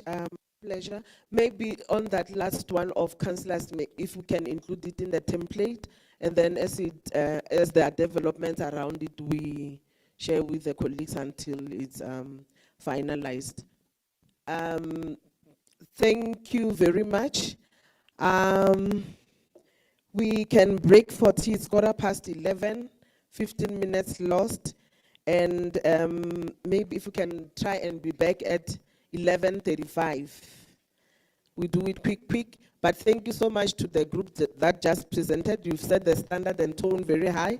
The next group is institutionalization of the ethics, a very thorny one. But this is how we're going to go about it. There were two groups. They've requested that the group that did not have a DPSA representative does the presentation. And then the other one, if there are issues that were not covered by the other group, then they will just feed in through the comment session. So I think it was Ms. Maria who's supposed to present for the group that I'm talking about, if you can get ready. Thank you very much, colleagues. Colleagues, before you leave, do not forget to fill out the register for yesterday and for today. It's for different dates. Thank you.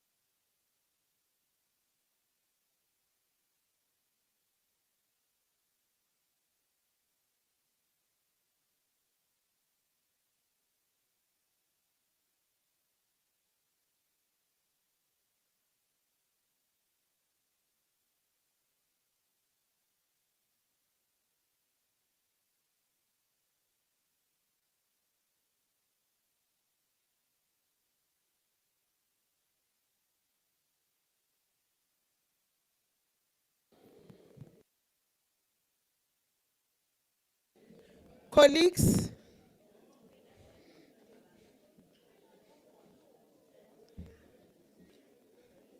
Vale, can you please help get the colleagues back in so that we can continue?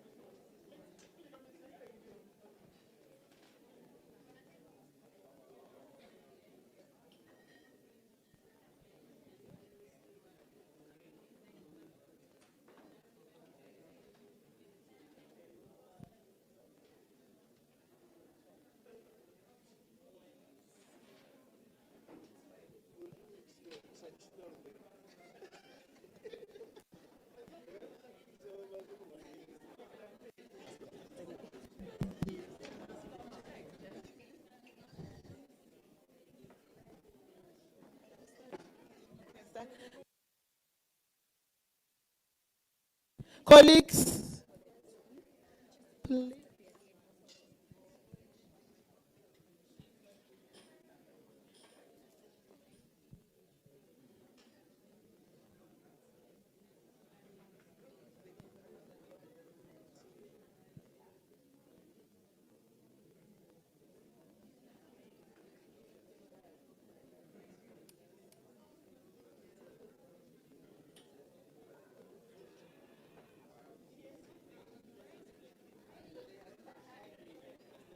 Just at all.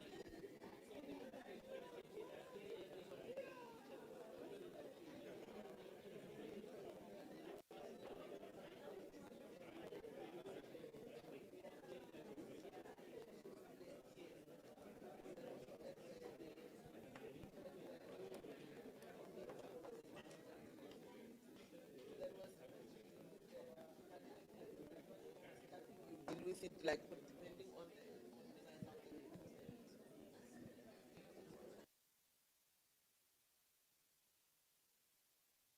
Colleagues, I think we can get started. They'll find us on the way. Agreed.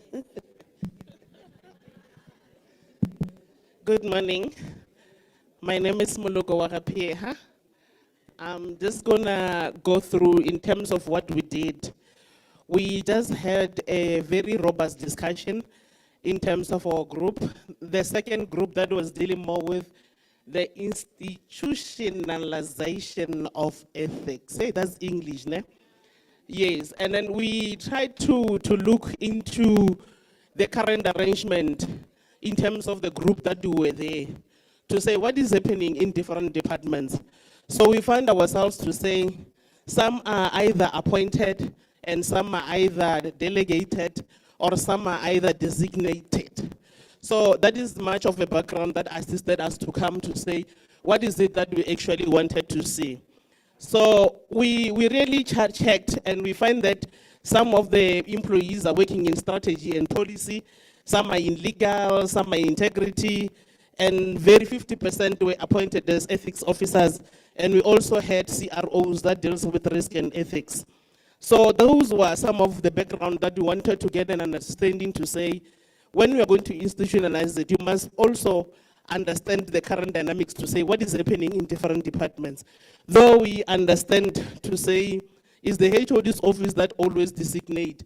And more often we find ourselves to say the functions or in terms of the structures within the department are dependent on each department, on the accounting officers and or HODs. So we also looked at the draft guide on institutionalization of ethics and ethics management, and the current structures. I've already touched on it. But the other thing that we really looked at is on the discussion to say, what do we see ours as the role of the ethics officers? So we're just deliberating to say we need to be a secretariat, and we have a committee that is well established and report on ethical matters in the committee. Though we had a lot of deliberations on it because of the current arrangement in different departments, some would be feeling that we are very small, we can't keep on having a lot of different committees within the department. We might as well have a risk management committee that deals with everything. Some said, no, we can't do that. But we said, finally, when we made our own proposal, we will be able to say, where do we station this and how do you want to see our committees functioning? And then collaborating functions, we really discussed and felt that it's important for us to be able to collaborate different functions within our institutions that we have now. In terms of those functions that were there, they've taken them out. If you look at all those functions, we went through them. So the functions we're talking about risk management, about integrity management, about investigations, about ethics management. Hence, when we collaborated all these functions, we felt that maybe with this risk management, integrity, fraud and corruption, all these structures need to be standardized, and maybe we have this function falling within that. And we really deliberated and felt maybe to say, if we can have a directorate that is risk, integrity and ethics management or within the departments, that will really come and work for us clearly. So, but the directorate will be there, and we'll be having your own straight line of risk management, anti-fraud and corruption unit, and you'll also have a direct ethics management unit that covers all the issues of the risk. I don't want colleagues to be confused in terms of the structures, because you know, when you deal with the structures, it becomes too personal. And then personally, in the sense, yeah, or I want to see mine moving, or I want to see a benefit, or I want to see my post being upgraded, or what. But what we are saying in terms of the structure, we're saying, let's get that standardization and put an emphasis from DPSA to say, go back to your basics, house pleasure. 1:3 should always implies. If it's a big department that have a chief director, you know you must be a chief director, it should be 1:3. Because currently what is happening in different departments, we just have directors without other people out below, or we have only one DD and we have a lot of assistant directors dealing with different units. And at the end of the day, when now they're saying we are overheating in terms of budget, they come to administration and we are the target. And at the end of the day, when risk or fraud or ethics, we are the target because they don't really consider us. They start cutting by us.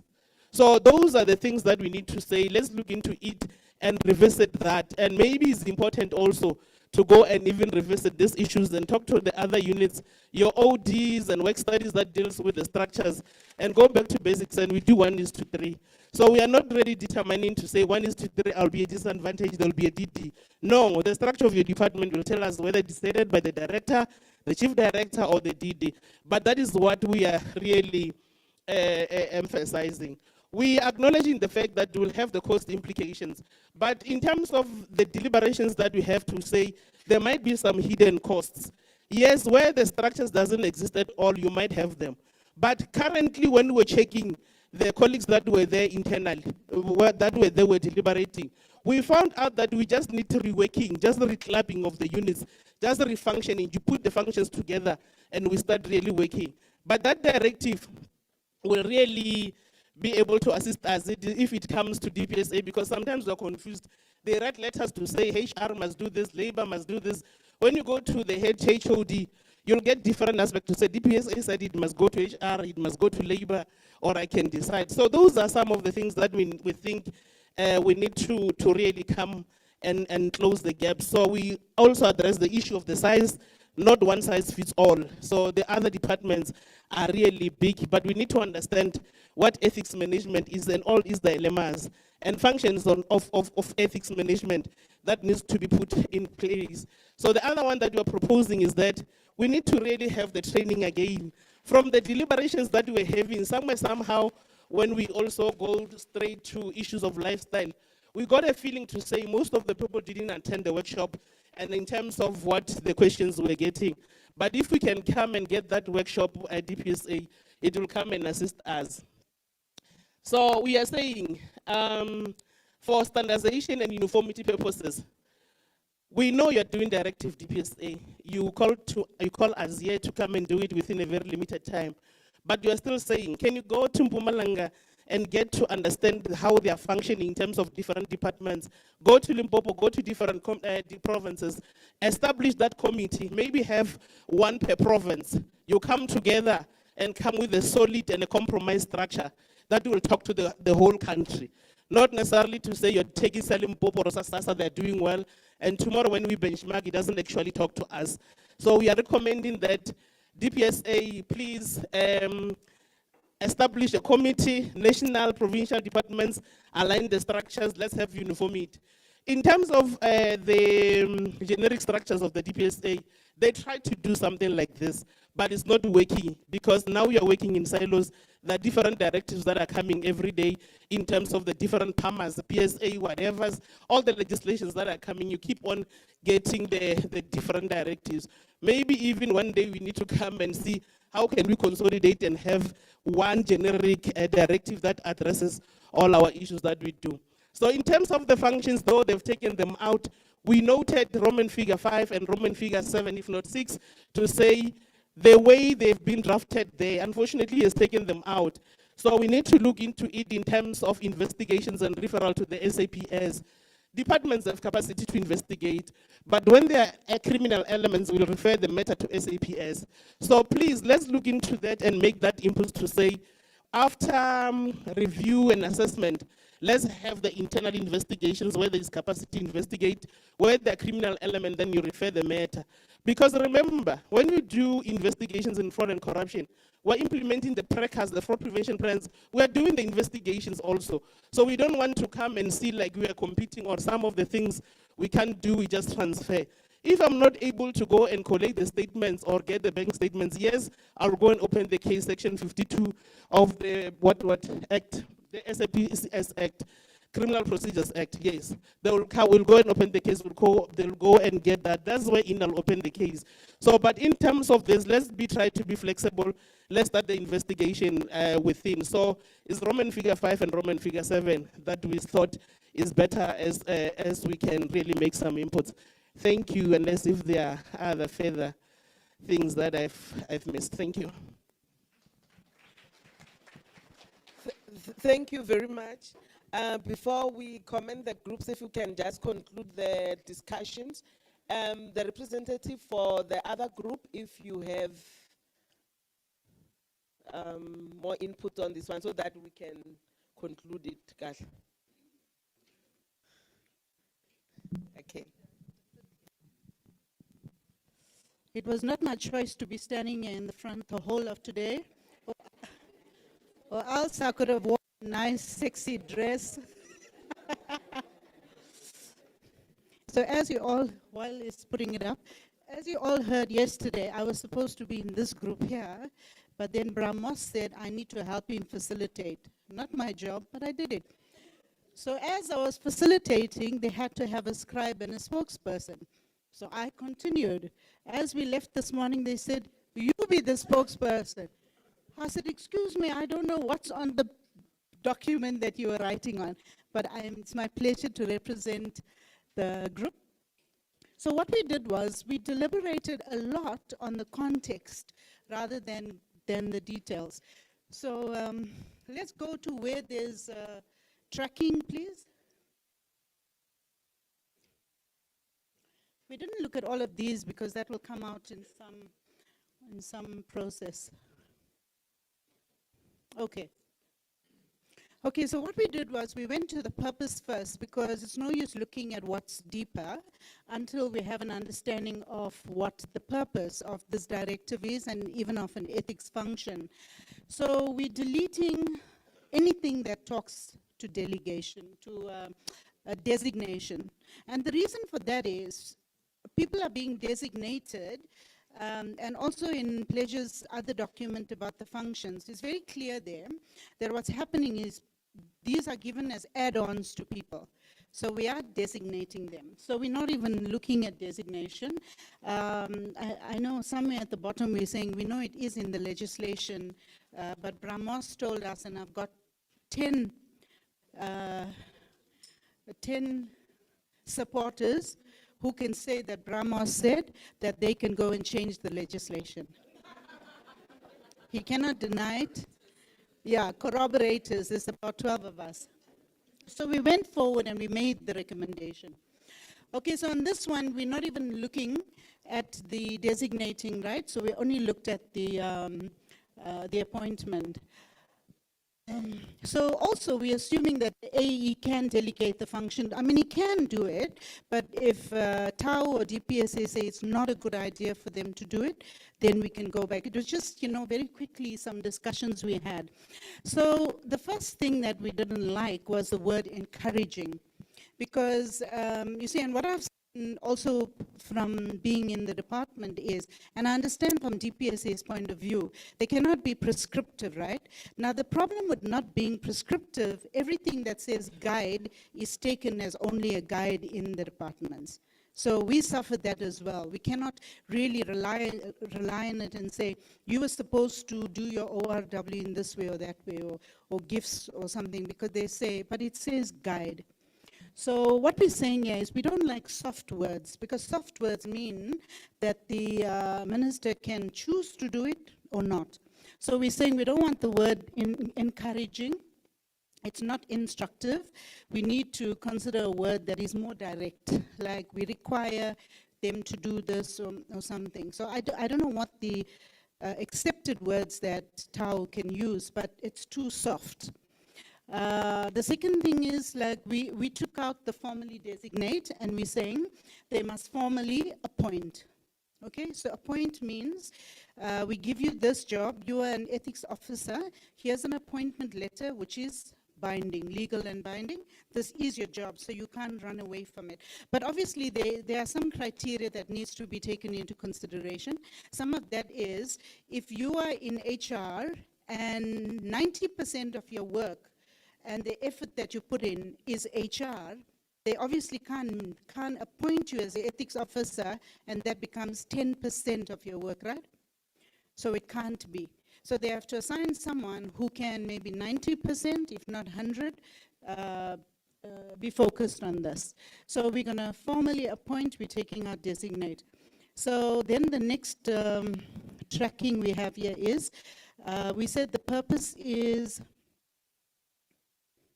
yeah.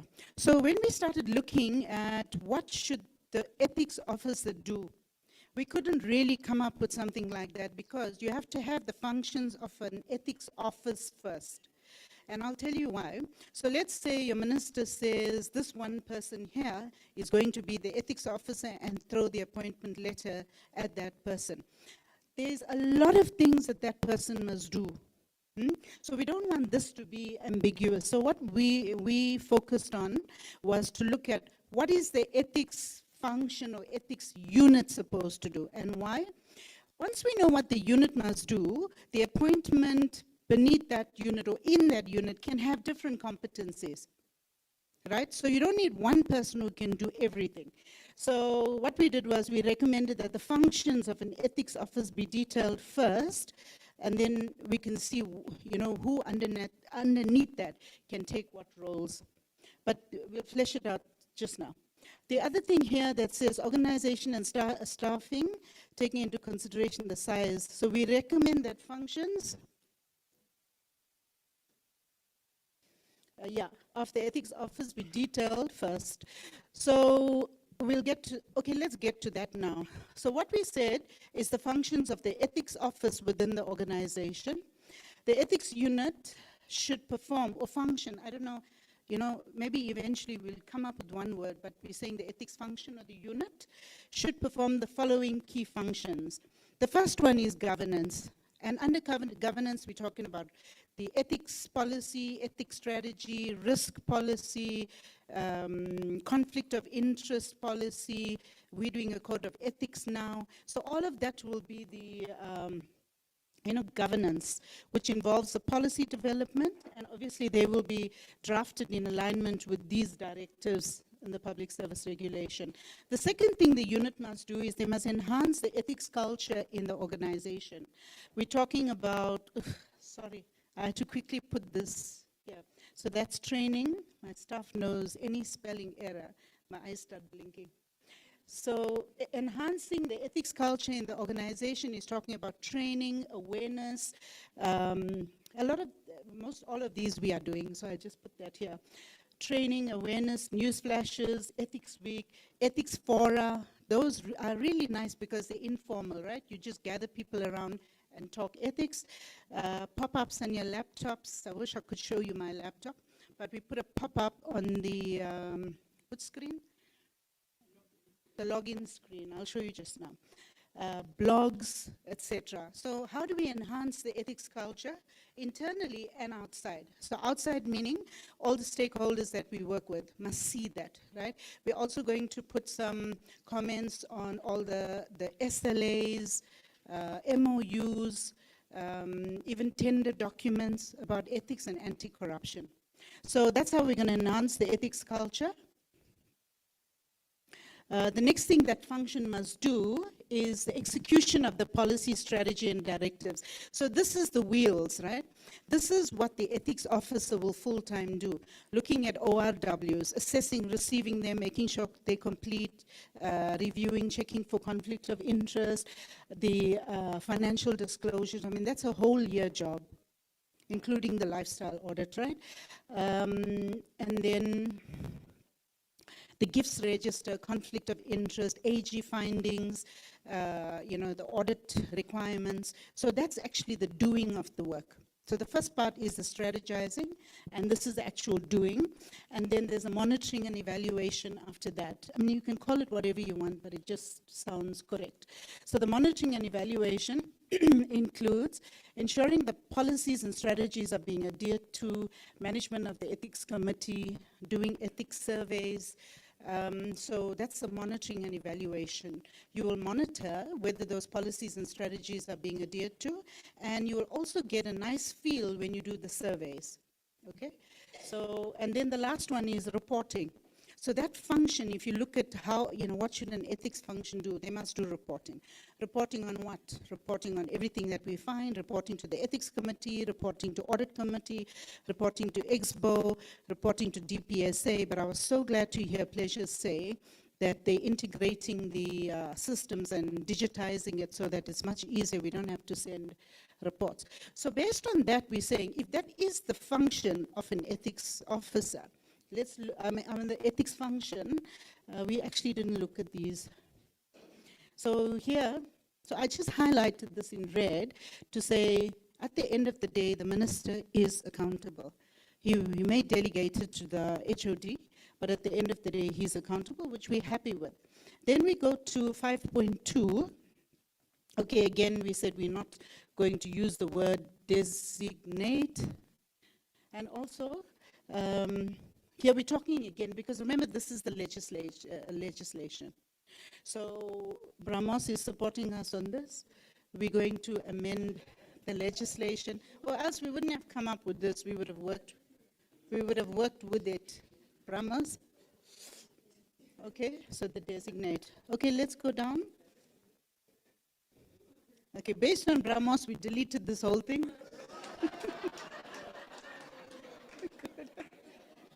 Go down.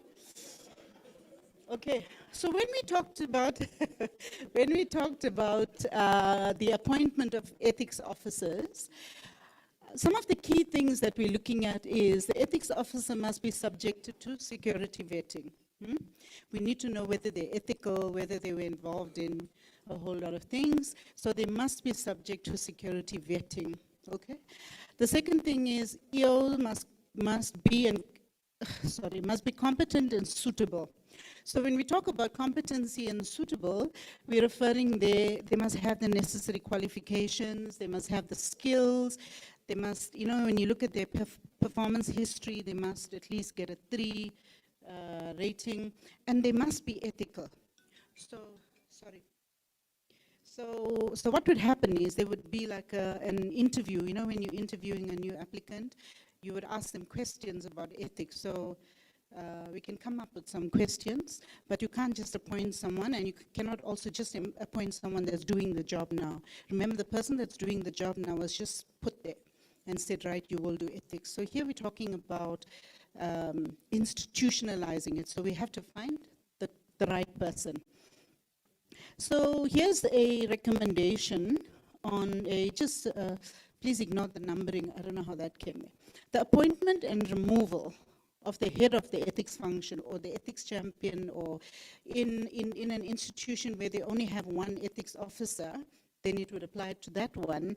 A recommendation is the appointment and removal of that person must, also depending on the level, we must involve TAO.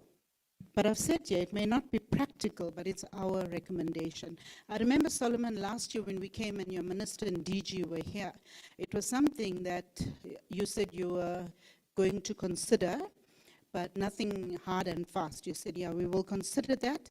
I don't know if it's practical, but it's something that we want to put out there for you to consider, that the appointment, I think one of the things that was discussed last year was the removal of ethics officers must be done through TAO. But here we're saying, I don't know if it's practical because you're going to have what, like 300 ethics officers. But again, we can look at something. But what we're saying is the ethics function, the performance agreement, and that must be with the HOD. Okay? Go down.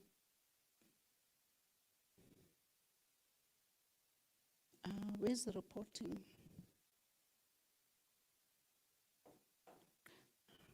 No, it's on top there, under the purpose. Go back to the purpose. There's something called reporting there. Up.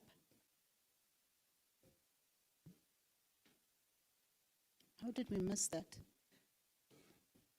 Yeah. Okay, because we went to the ethics function first. All right. So let's go back here. So go down. Okay. Reporting. Just go down to reporting. Yeah.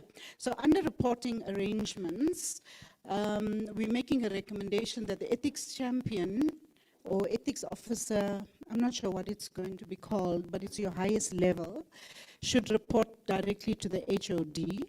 The performance agreement remains at the departmental level. The ethics unit must be at a management level, headed by an SMS member, preferably a director, and may comprise resources who have the competencies as stated in the JD for the ethics officer.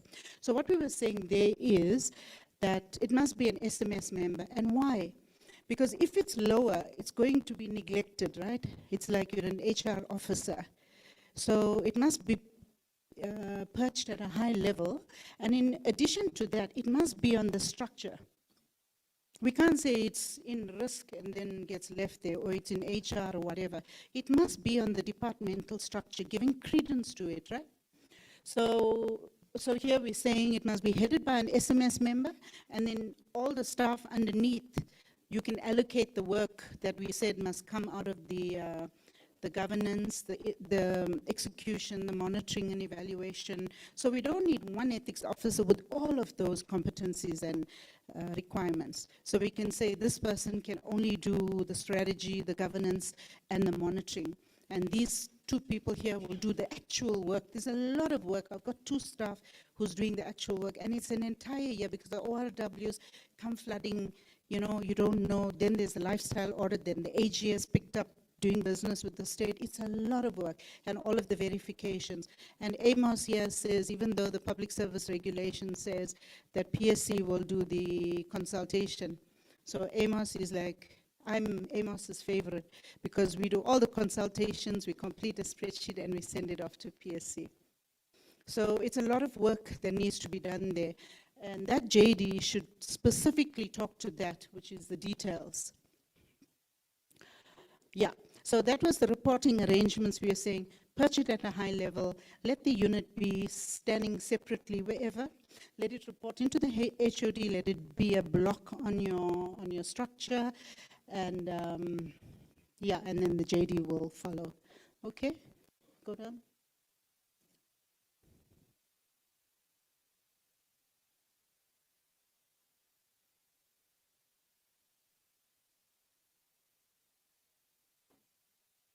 Okay, stop here. So on this one, let's look at the heading. What number is this?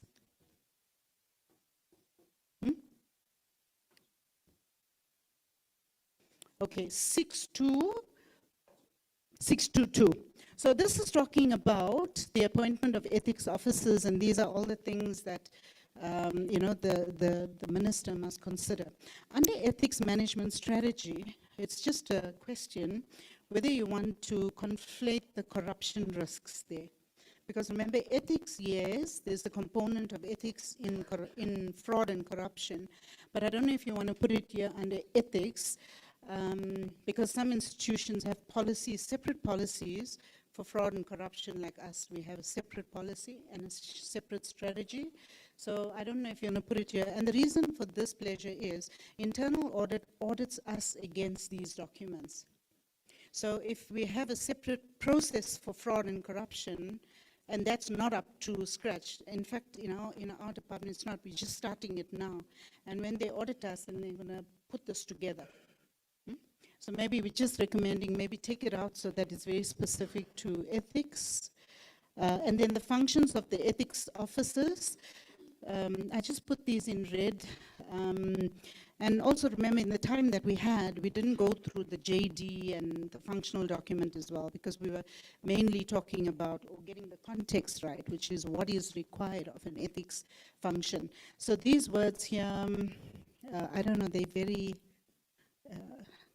I like prescriptive words, you know. So when you drop the performance agreement, which I know will be done from the JD, we can look at them. Maybe they're not wrong, maybe they need to be there, but support, assist with, help to, go down. Yeah. Just where there's tracking. So I think the rest of it we covered right up front when we started talking. Okay? Okay, the date of implementation, you said, will take effect on 1 April. There needs to be something that will force the minister to put this in place. So we're saying the date for the appointment of the ethics unit and ethics officers must also be included there. I think that's what we did, because we covered the other 2 documents here. We wanted to get the context right first.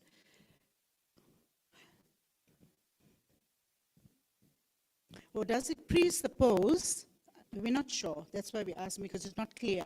So does it presuppose that on the 1st of April, when you say the directive shall take effect, that means on the 1st of April, all departments and institutions must have an ethics unit. So that's why we're saying, if you don't put this down, maybe giving them however many months, it'll never be done. And when we come in next year, we're going to talk about the same thing. And we've seen it practically. I don't know, anyone can disagree with me that if these directives and stuff from DPSA that does not bind, minister, or bind the departments and that to do something, it never gets done. It'll just go through. We're just saying consider putting something there, else it won't be done. Because it's not saying here, there must be an ethics committee, they must be appointed on a certain date. We didn't look at that. Maybe it's in the other document. Okay, thank you so much. Thank you so much, Chair. And then the Batupili Club for both groups.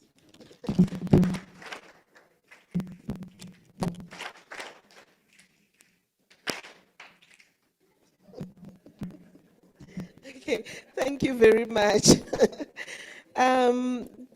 I just wanted to appreciate the work that has gone into both groups.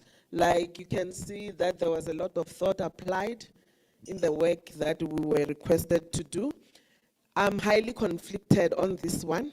So I will demonstrate the highest level of ethical conduct and not comment a lot on this one. So I'm giving it to the floor. Any comments, input?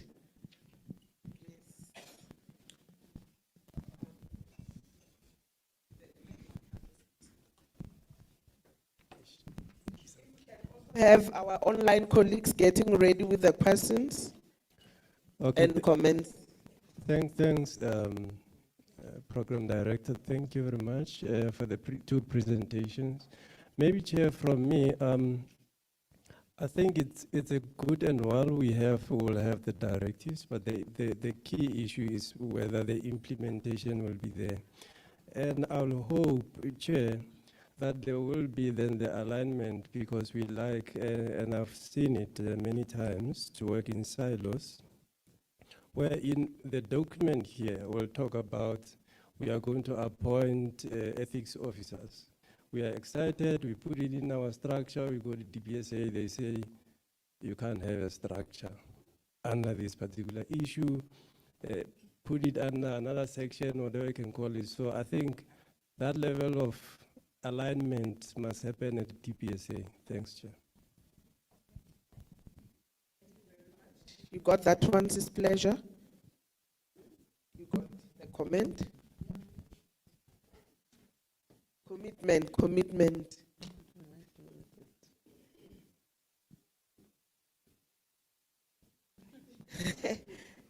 Any comment, input, question?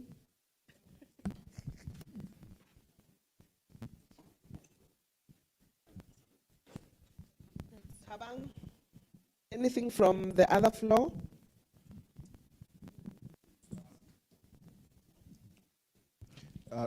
Thanks. Indeed, we have a hand online, PD Francis Mabika.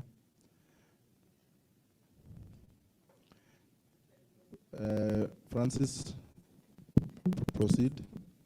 Thank you, Tabang. The presentation from the groups are noted, and I think I actually concur with the presentation that has been done. And for me to say it will actually assist in terms of paving a way forward in as far as the matters that are actually done, like as you have, or as the other presenters has indicated, that there are issues in terms of whether or not some functions are relating to HR or risk management and things like that. So the presentations are actually showing where the direction that we as departments should actually be taking. But one just matter for clarity for me was where there was a talk of the ethics unit having to deal with the development of policies. I'm just trying to check the clarity whether it's relating to just general policies or just policies related to ethics. And if it's ethics related policies, it should therefore be indicated as such so that there is no misunderstanding by our principals. Because I think for me, the issues of policies are dealt with by policy planning unit which is under corporate governance in many departments. So I just needed that clarity. Thank you very much, Chair. Okay.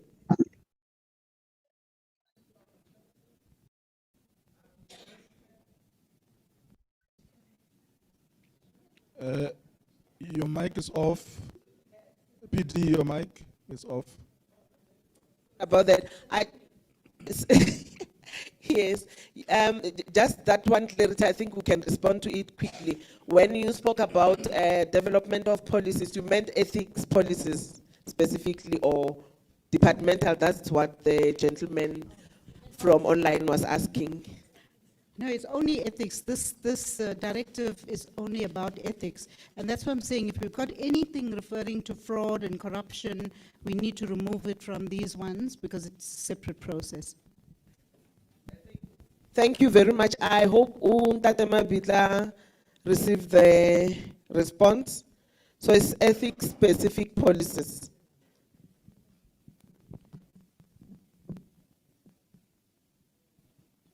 Yes, ma'am.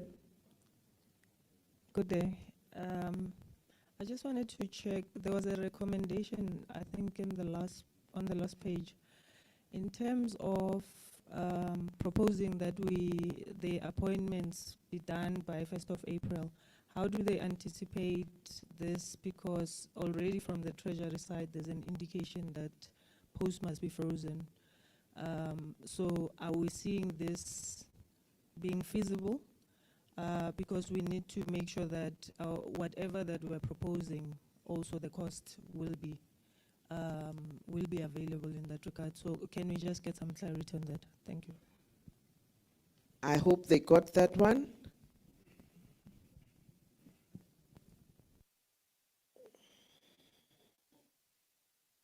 From the floor, Tabang? From online? We don't have hands, but there's a question that was raised, and the colleague is struggling to raise their hand. So I'll just read it for the House. But I think it's related to the last one. It's saying, it's Joan von Koller from Gauteng. Given the cost containment, how are we going to create the dedicated structures and fill the positions? I see there's also another comment that comes from Kudzai that says the ethics officer should be level 13. The appointment should only be doing ethics, fraud, and corruption. This should be separate from risk management.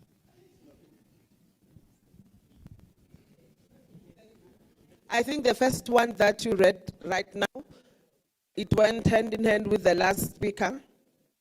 It was on the cost containment and the feasibility of us getting it right by the 1st of April 2024.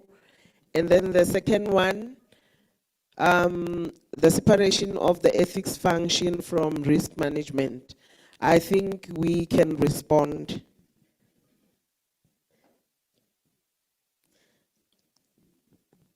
DPSA or the group?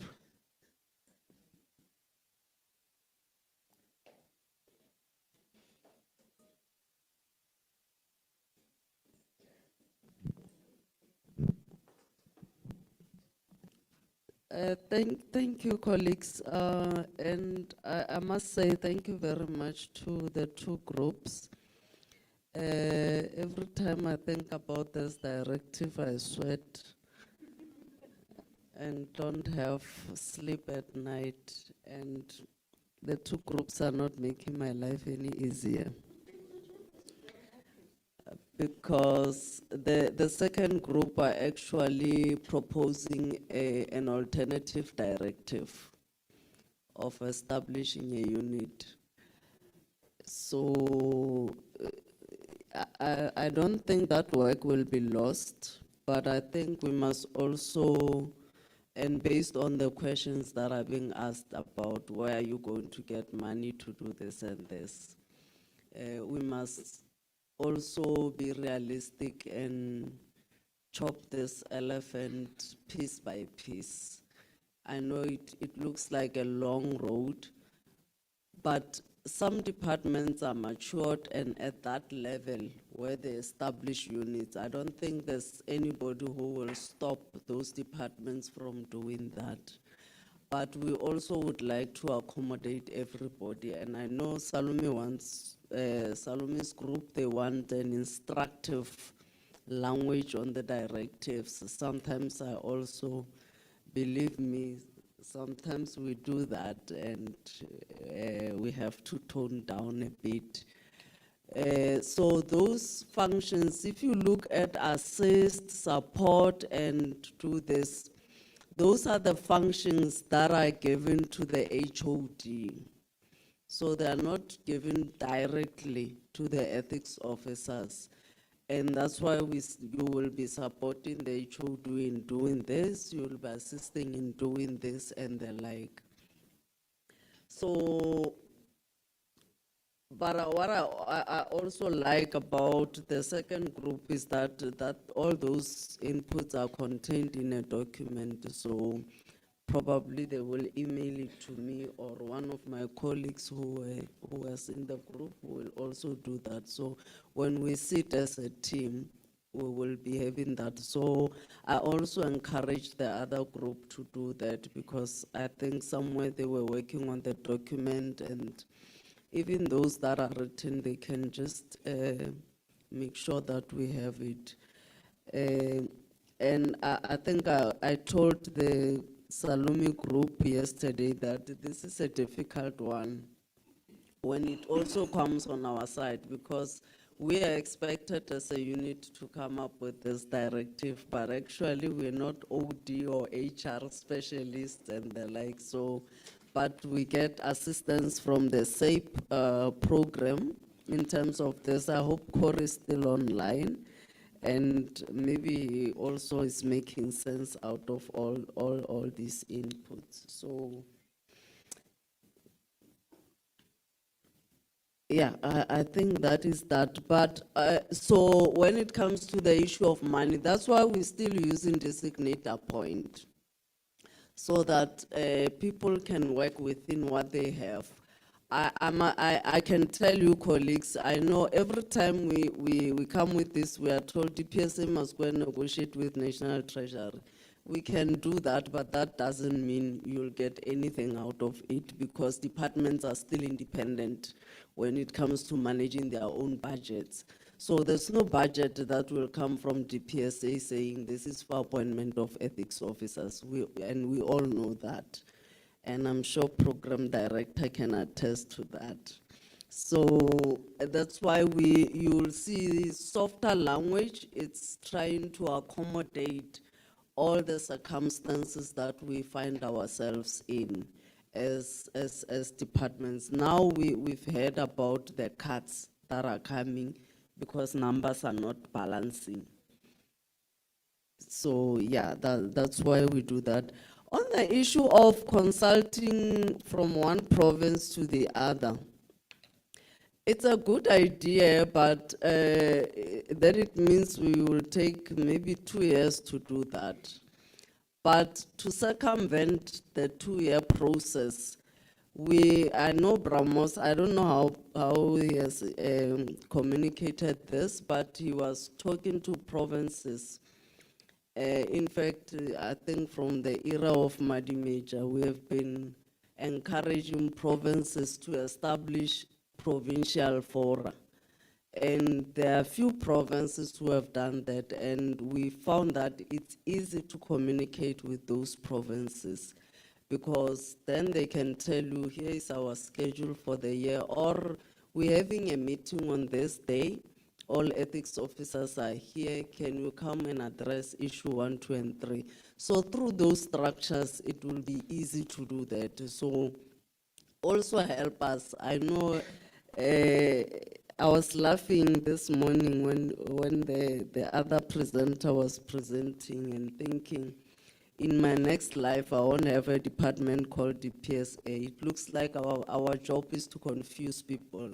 Everybody who talks about us talks about how much we confuse them.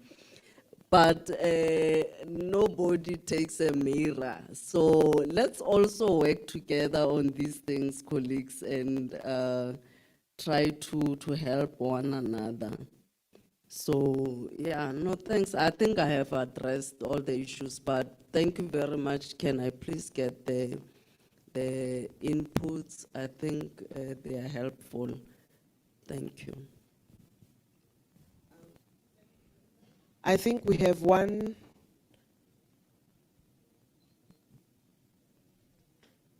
Yes, you can go ahead, Tabang. Thank you again, PD. We have a hand from Corey Smith online. Corey, you can speak.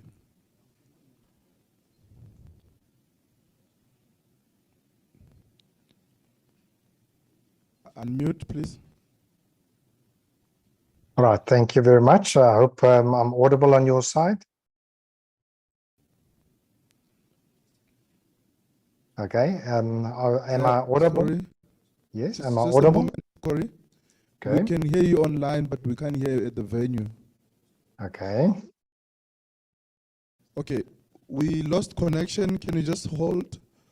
Sure. While the technical guy is fixing it. Okay, that's fine. Sorting out the technical glitch. Do we have more questions, more comments, inputs? From the holder of the purse, I'm just glad that we're working together, being mindful of the cost containment measures that are currently going on. So I am pleased. They say working together we can do more. Even if we have nothing, but working together we can still do more. Thank you very much for that. Yes, ma. Can we have the mic there? Thank you. Thank you, PD. Mine is just one input on the two documents. I'm seeing both documents are having a purpose, but it doesn't have objectives. I suggest that maybe we separate the purpose and the objectives. Purpose can be one line, one sentence, and the rest can follow as objectives. Thank you, ma. And if I'm hearing you correctly, the input that you're making that also applicable to the first group? Yes. The document that we use for the first group? Yes, correct. Thank you so much, ma. Thanks.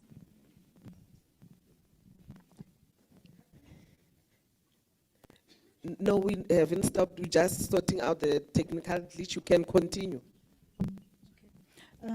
Okay, so I think in my absence, when Pleasure nominated me as chairperson, she knows that I am the one that comes up with all these difficult things, and so I must now be part of the solution.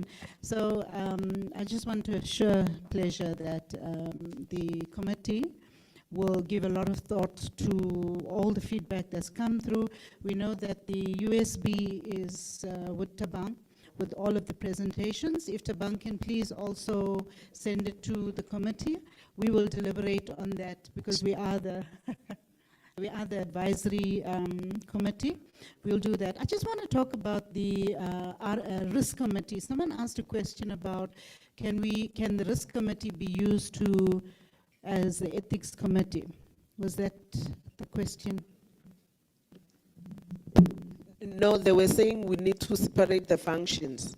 I think it was a comment from the online where someone was suggesting that we must not use the model whereby risk and ethics are in one directorate or unit or whatever, but they is suggesting that they be separated. I didn't hear that one talking specifically to a committee. Okay, so with regard to that, it's going to be very difficult for DPSA or even us, the advisory committee, to make a decision on that. The reason for that is each department or institution is run differently.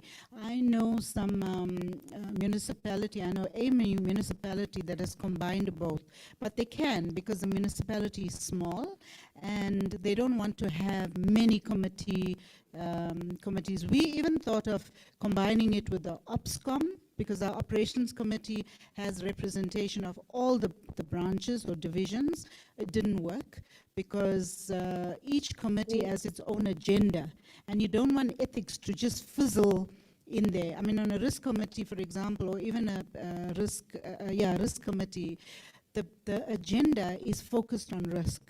And ethics is equally important, so you can't join both of them, but in the smaller areas they can, because it's not, I mean, if they have 5 strategic risks, it's too much. They can join it there. With regard to the function, we can't dictate, you know, because sometimes the function is there, but the department or the institution is small and they can double up.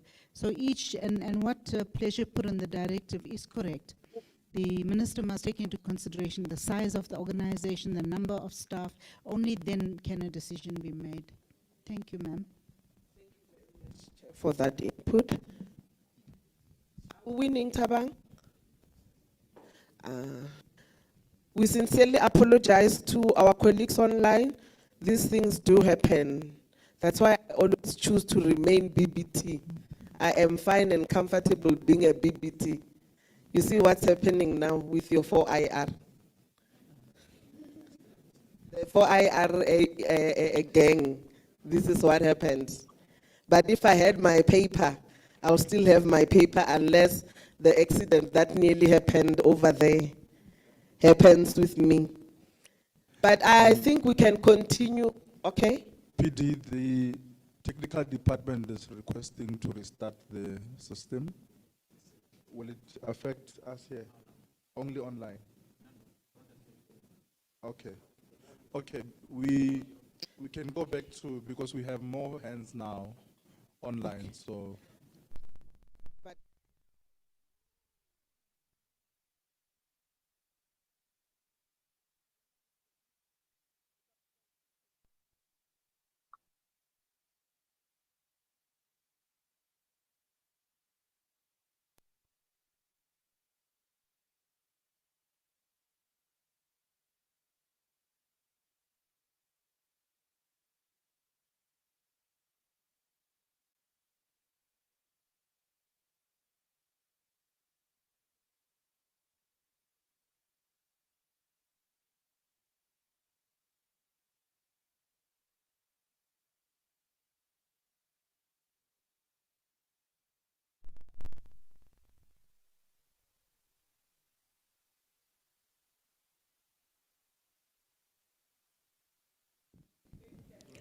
We are back online. Thank you for the minute, PD. Minutes. Thank you for the 2 minutes. Corey Smith, you have the floor. Okay, thank you very much. Can you confirm that you can hear me? We can hear you loud and clear, sir. Thank you. Okay, thank you very much for that. Yeah, I think maybe just from my side, having worked with our DPSA colleagues, Pleasure in particular around the directive and the guidelines, I think a key consideration here is exactly what colleagues have been saying, and that's the cost factor, that if one introduces a blanket requirement that all departments shall have an ethics unit, and you become even more prescriptive in terms of what that unit should look like, that's immediately going to have fundamental cost implications. And we know in the current climate, we're unlikely to get that through. And then the second consideration, and that comes from a long-standing issue where departments often complain that DPSA has kind of one-size-fits-all requirements, which then assumes that all departments look the same, they are the same size, they've got the same risk profiles. And in this case, there's differentiation, saying essentially that you can't compare KZN Department of Health with MISA, a government component. You know, a very small government component, maybe with risks that are much lower, versus a massive department with a massive procurement budget with thousands of employees. So things are different, and essentially what the directive and the guidelines are advocating for is have a look at your risk profile, consider your size in terms of employee numbers, in terms of procurement budgets, and then make sure that you have a proper ethics management strategy, and then your structure can follow that strategy. So that's based on the very well-known principle of structure follows strategy. So that's essentially the thinking around it. But having said that, I mean, there were quite a few very constructive comments that have been coming through and useful suggestions, which one obviously could look at. And perhaps maybe something that we also could consider is to provide a few examples of the kinds of configurations of the ethics unit based on some experiences. I think when the minimum anti-corruption capacity requirements were issued, there were also a few examples of what that could look like. So maybe a similar approach could follow here, and that might provide additional guidance. So that's just from my side. Thanks, Program Director.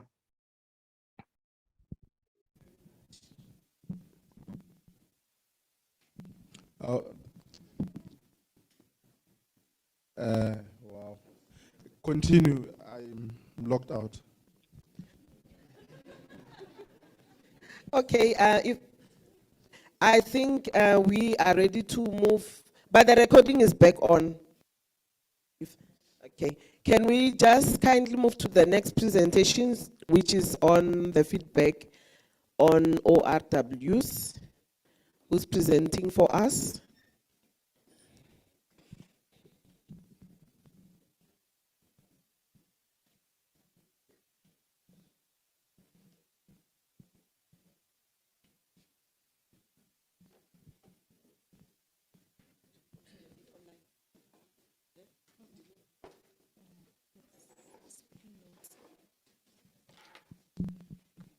Good day, colleagues.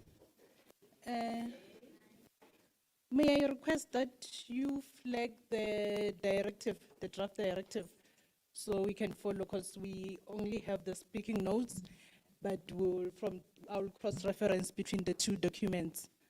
My name is Madonna Apane from the Mpumalanga Provincial Treasury, representing Group 1. That was dealing with inputs on the directive on other remunerative work outside the employee's employment in the relevant department, as provided for in Section 30 of the Public Service Act. We're going to go straight into the areas that we have inputs on. The ones that you see or the ones that you notice that we will not be focusing much on, maybe we'll just highlight that we are agreeing with the provision as it is. Where there is any amendment that we are proposing, I'll also speak to that, and then my colleagues will help me. I already have backups. I've asked everyone that will be backing me up on this one, so I'm safe.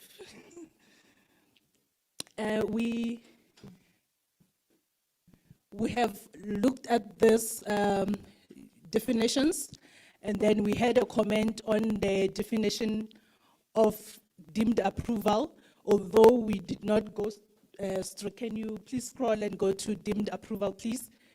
Although we did not have, we did not dwell much into it. We thought we were gonna go back, but time was no longer on our side. But then what we have commented on was the definition of deemed approval must emanate from the deemed approval provision, which is Section 30, subsection 3, paragraph B of the Public Service Act. So we'll find a way of defining it in line with that section. So the definition of employee, yes, you are able to see it there. You can see that is defined as employee in the public service. So our proposal was, can we be a little bit clearer, or maybe to guide the reader of the directive, and actually maybe add the words like as contemplated in Section 8 of the Public Service Act, because the definition of employee is outlined in the Section 8 of the Public Service Act.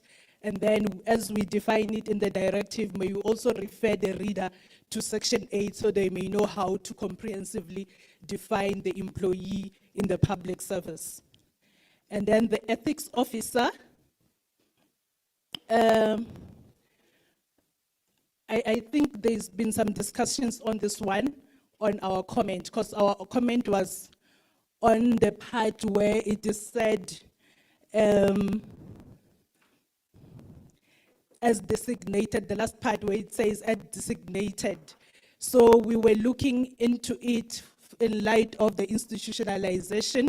We were hoping that as we institutionalize, it will also provide for the appointment of the ethics officer. So, but from the discussions, I think it will be dealt with in light of those discussions, if whether we are also keeping this designation and having both the designation and appointment, or removing the designation if we're going to go for appointment only.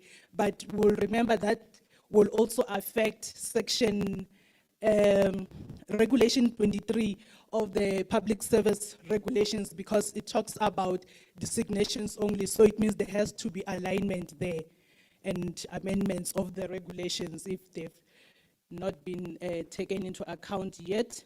And then on other remunerative work, the last part of the definition of the other remunerative work, it says for which remuneration is received. Like you go through the definition, and the last part thereof says for which remuneration is received. This has sparked a lengthy discussion on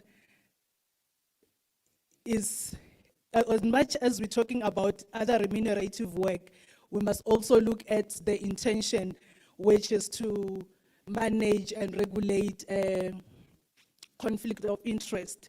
Because there are some instances where one is doing other work that is not within their work that they are appointed for, but it's outside and it's for their personal gain, like it was referred to that some serve in committees or in other boards for their own personal development, but they are not receiving any remuneration per se.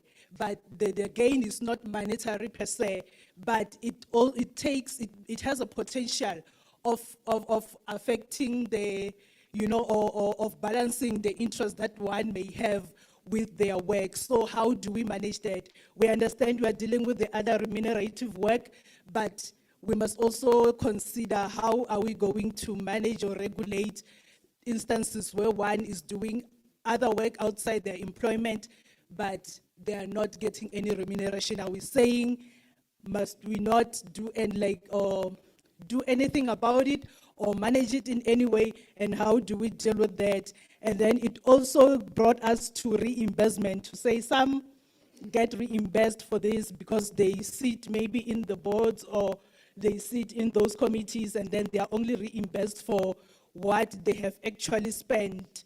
So it cannot be a remuneration. So we're saying if this will be considered to come into this document, though it will need a lot of discussion around that one, for us not to lose sight on the main purpose of this document. We should also include the definition of reimbursement if it finds a way, but if it does not find a way, it should be a thought as to how are we going to manage instances like that. So we also went to the definition of system, which talks about the e-disclosure system. So the discussion was around, in the event where there is systems that are affected in the whole application of other remunerative work, can to expand the definition of system to also include such, but then it will also depend again on the content of the directive as to how do we now flag in other systems if we find a way of flagging them in, because I can remember the definitions must also talk to the whole content. So it was along those lines, then we left it for further discussion or consideration. And then can we please go to, past the definitions and go to paragraph 6. Because we did not have much comments on this one. We agreed with everything that is here, that this directive will be repealing the existing directive now. So like I said, we're going to focus on what we have inputted on, and with the understanding that we'll all have this document, and if there's still more inputs that we can make, but then this is what we have inputted on. Yes, thank you. And then in paragraph 1.6.1.2, where we talk about the application through the e-disclosure system, it goes to that one that it's application through a disclosure system, and then we agreed on that one. There was no much discussion on it, but then it was like considering other systems that may be affected. And then we, in 6.1.3, sorry.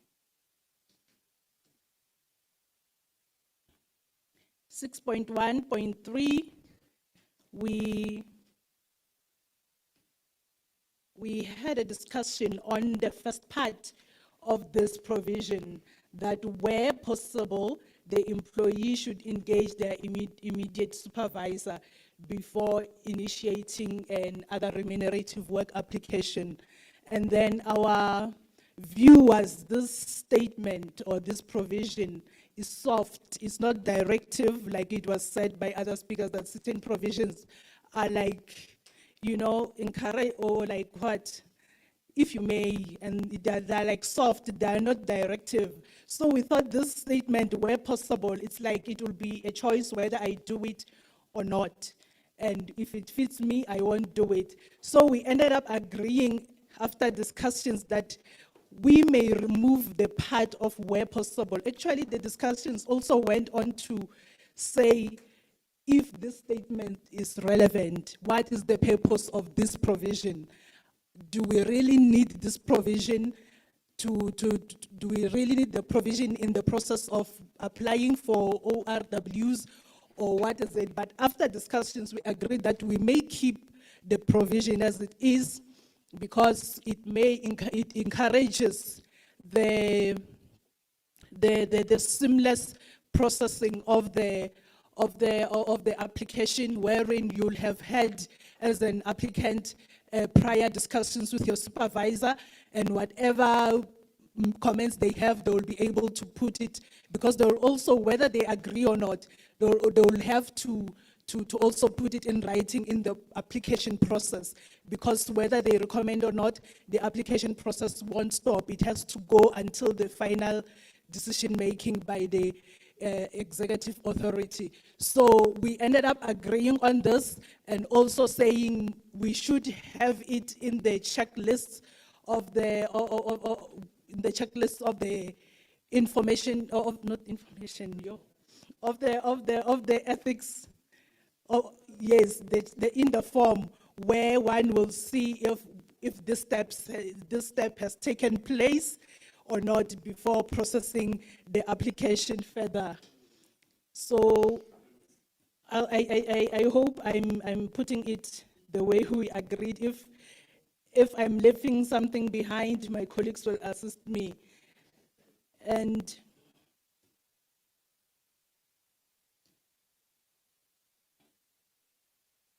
furthermore, we had 6.1.6 about the reapplication, where there is repeat applicants for other remunerative work.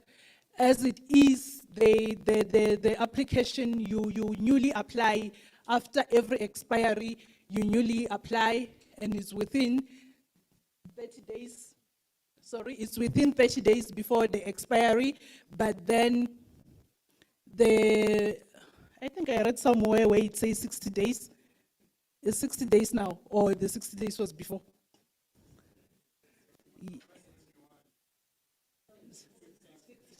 60 days before it expires, yes. It should be 60 days before it expires.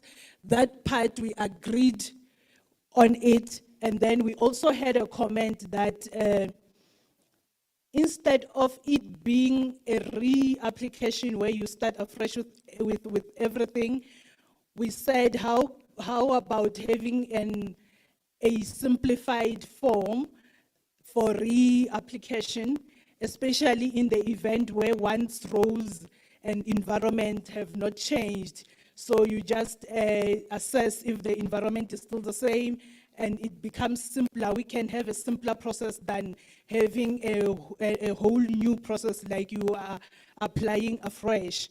So we had a discussion around that one and proposing if we cannot have a process that is specifically for the new application, but taking into consideration that this is where when your roles have not changed. So we also agreed on the confidentiality of all stages of application. That one is given, and then the permission to perform your ORWs being for that specific work that you have applied for. If you require or if you wish to do some type of work that is not specifically in your certificate, you should apply for another one, because we said nothing prohibits one having 2 or 3 permissions, but you need to apply for each kind of work that you will be doing. Also taking, the process will be the same, taking into account all the things that have to be taken into account, the load of work, your performance. I think we're gonna come to that, your performance and the considerations as provided for in the Act, where the executive authority, the requirements that the executive authority considers when making the decision. So in 6.3 on the process, like I alluded, we agreed that that the employee, the ethics officer may request the performance information of the applicant when considering their application, and like information such as your performance agreement and your performance assessment for at least 1 year to help them to make a fair assessment of your application. And we also went on to say this information must also be considered by your supervisor when they make when they process your application, so that they can come to a fair conclusion of whether to recommend or not to recommend. This will eventually also help the executive authority in making their decision. And then we also spoke about, on the decision-making of the executive authority, we agreed on what is provided for in the directive, what is proposed in the directive. We agreed with that, and then we also have a discussion on, in an event where the decision is negative and the executive authority does not approve your application, what happens? Do employees have the leg to appeal? Do they have the right to appeal, and how is that process going to unfold? It's not provided for in the directive. It's also not provided for in the Act. And then we thought there is a gap. PASHA will be against us if we are going to have decisions made, and I do not have the opportunity to appeal if I'm aggrieved with the decision. So, but that was agreed that it will be looked at. There was one from online yesterday who said they will take us through that one. So we're hoping they are still here today to take us through the appeal, the appeal discussions on this one. Oh, yes. Yes. Mr. Peter said he will take us through that one because it's something that must be considered. We cannot have a gap in our law. And then the deemed approval, we also spoke about that the deemed approval, when there is a deemed approval, there should be the same requirements that apply with the normal approval of Section 30A, of Section 31 must also apply. And we also said that if one has a deemed approval, the same conditions should apply. It cannot be like, because it's a deemed approval, then one just operates as they want. So because it's a deemed approval that emanates from the same application of Section 30, we said everything that would apply in Section 31 approval must also come with the deemed approval, even if there is no certificate that says that, but those principles must also apply. So to have it, we propose that we have that explicitly provided for in the directive, so that we know how to deal with deemed approvals. And we also said, we agreed with the provision that the executive authority may, this is what we propose, that the executive authority may come after having considered your application, even if it was after the 30-day period, may revoke or may not ratify your application or ratify your approval if after consideration they find that there were certain gaps or there were certain compliances that were not met, so they can revoke that deemed approval. We propose that we have something along those lines, because we cannot have a state where deemed approvals will give you a leeway of doing as you please. And we also, it was also said that the permission will be valid for 12 calendar months, and we had a discussion on that one to say the 12 calendar months is not provided for in the legislation. So it means we can, because we were taking into account the administration that comes with the processing of applications for ORWs, and then we said we can align it to the financial year. So we were just checking around that, and we find that there is nothing that requires us or prescribes the 12 months to be, so if one comes in June and applies, you can align it to the financial year, and going to the 1st of April, new application comes, and then it starts like that for promotion of seamless management of these applications.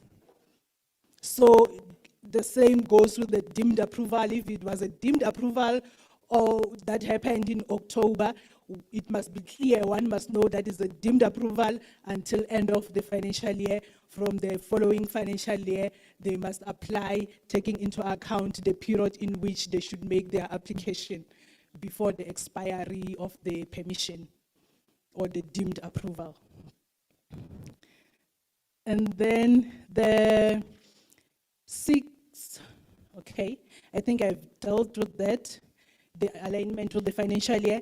Going to 7.1, like I said, the record keeping and all other clauses that we did not make comments on, it means we are agreeing with them. And then we go to the implementation of the directive. And then on 7.1, we said we actually agreed with the statement that the EA or the executive authority may consider delegating the approval of the application, and then to the HOD, and then of course following or in consideration of the relevant delegations. So we said in this instance, like 7.2 goes, we can as departments have our own policies that will guide specifically on the areas to be covered and on how to deal with the delegation, and then how many permissions can one apply for. Like we said, it will differ from department to department or institution to institution on how many permissions can one apply for.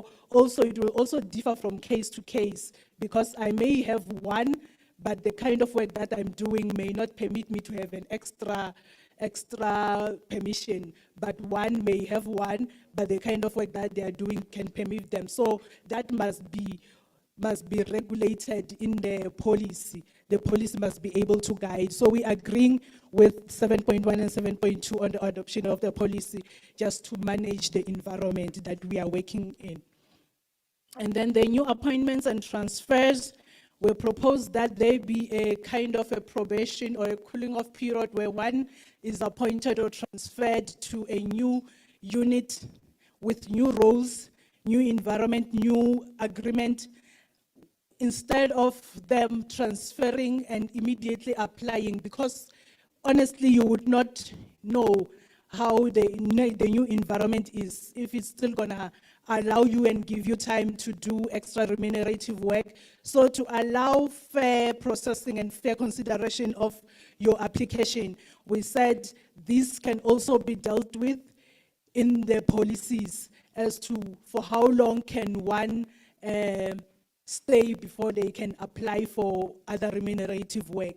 Because we can agree that if I come in today and apply tomorrow, I would not have assessed the new environment, and my supervisor and the ethics officer really will not have assessed the new environment to determine if truly I'll be able to balance my work in the department and my extra work. So we said that can be regulated in the policies. And we also discussed on the secondment to say, how about where one is seconded to another unit or another department whilst they have an existing permission to perform other remunerative work. So we discussed around that, and we agreed that maybe on that one, the letter of secondment must also state that Madonna Apani is whatever in this department, in the provincial treasury. She is performing these duties, and there is a permission for her to do this other remunerative work. And as they second me, it must be clear that there is a permission for me to perform this other remunerative work, and I go with that to that department. Otherwise, I will have to start afresh and apply from that other. So to clear that predicament, we thought the letters of secondments must also state that to cover that. But we said we can discuss as the House to see how we can deal with that one. It was not conclusive as such. We also agreed on the section 9 and section 10 and section 11. Like I said, that the areas that we've agreed on, we didn't have too much discussion because they were clear to us and straightforward, and really we had to agree on. I think this is the end of our report back, unless my colleagues will have more to add without taking the role of the program director. Thank you so much.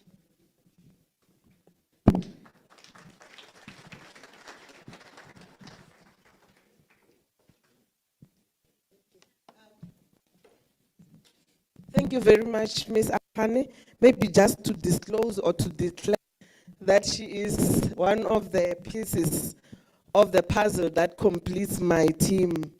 So I'm not gonna clap harder because it was her presenting. I'm clapping harder for the committee, for the group. I was not in the group, but I'm saying I'm gonna clap the hardest this time around, not because it was her presenting, but for the group. Can we give them that Batupili clap?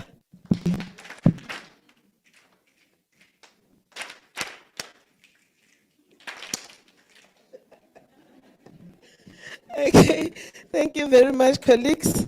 We had their presentation.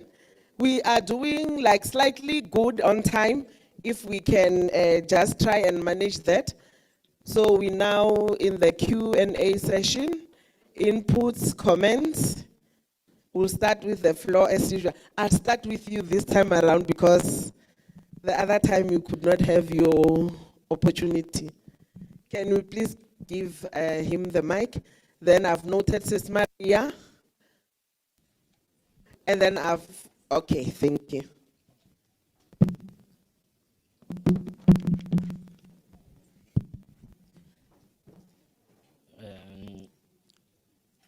Is it afternoon?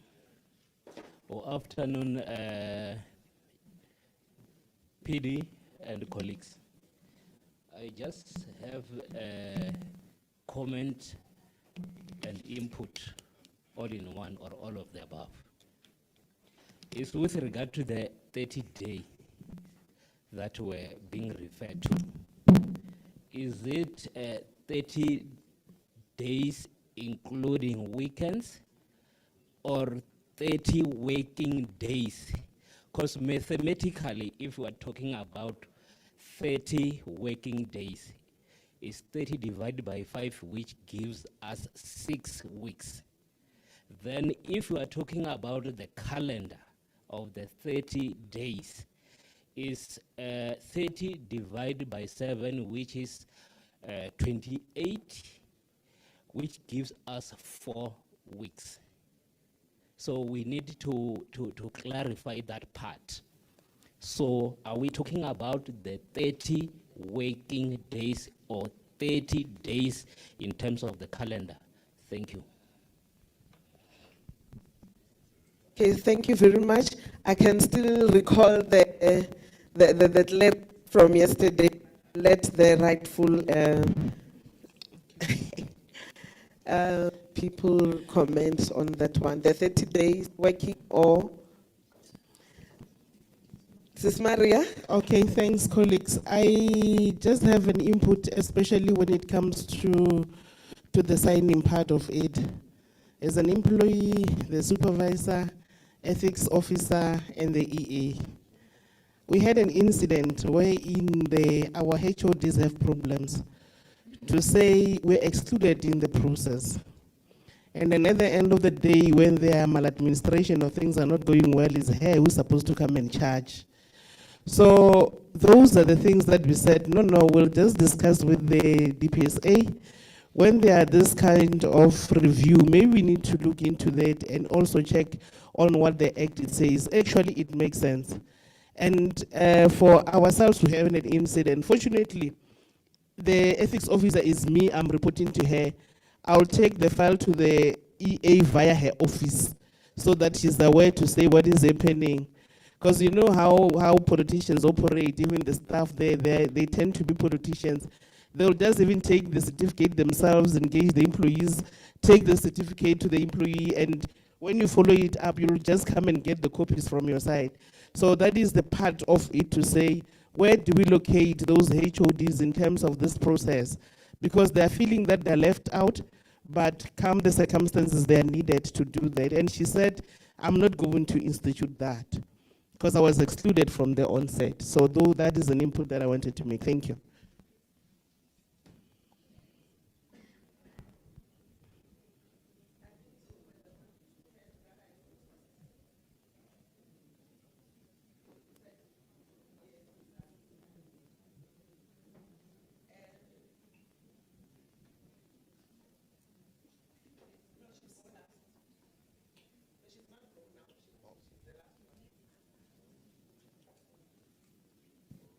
Okay.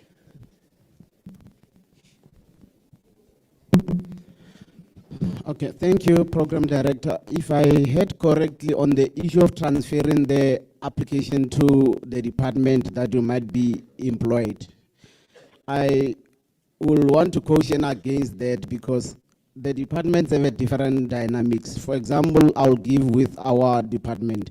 There are categories that they are prohibited in our department.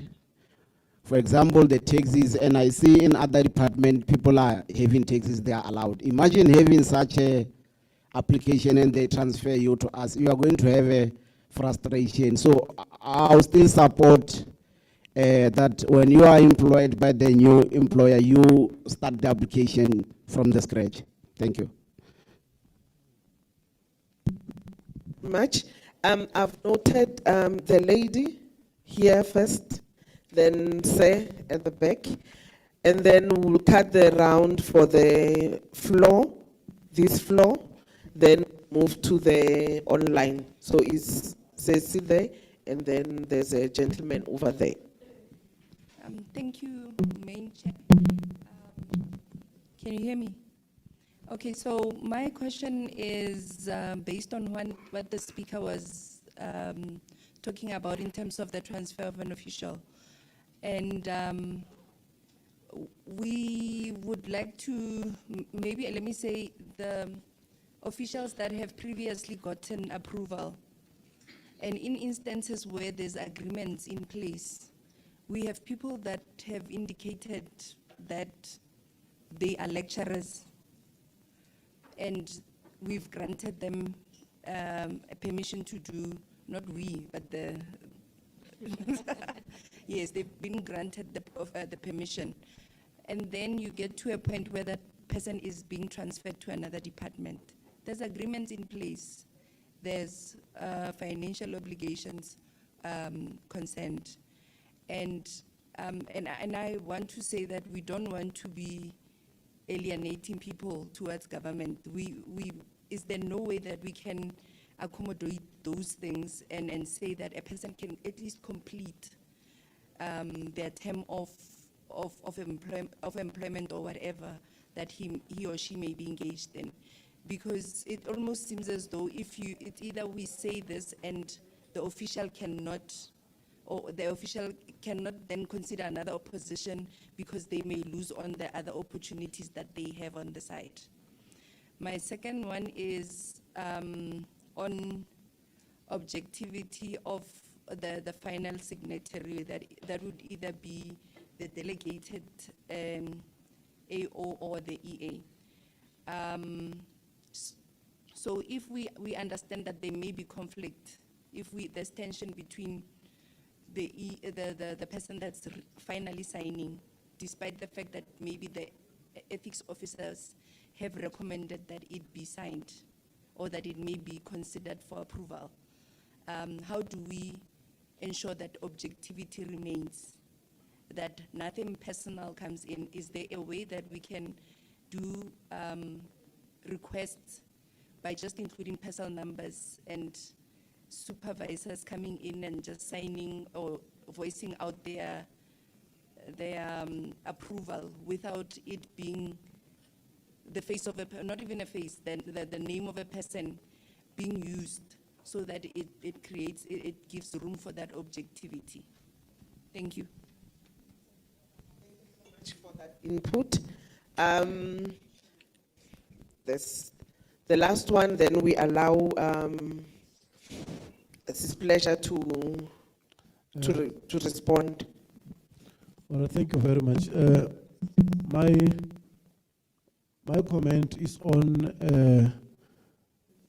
6.1.3, the paragraph that indicates that where possible the employee should engage his or her immediate supervisor before initiating the application process. I'm proposing that this paragraph be removed.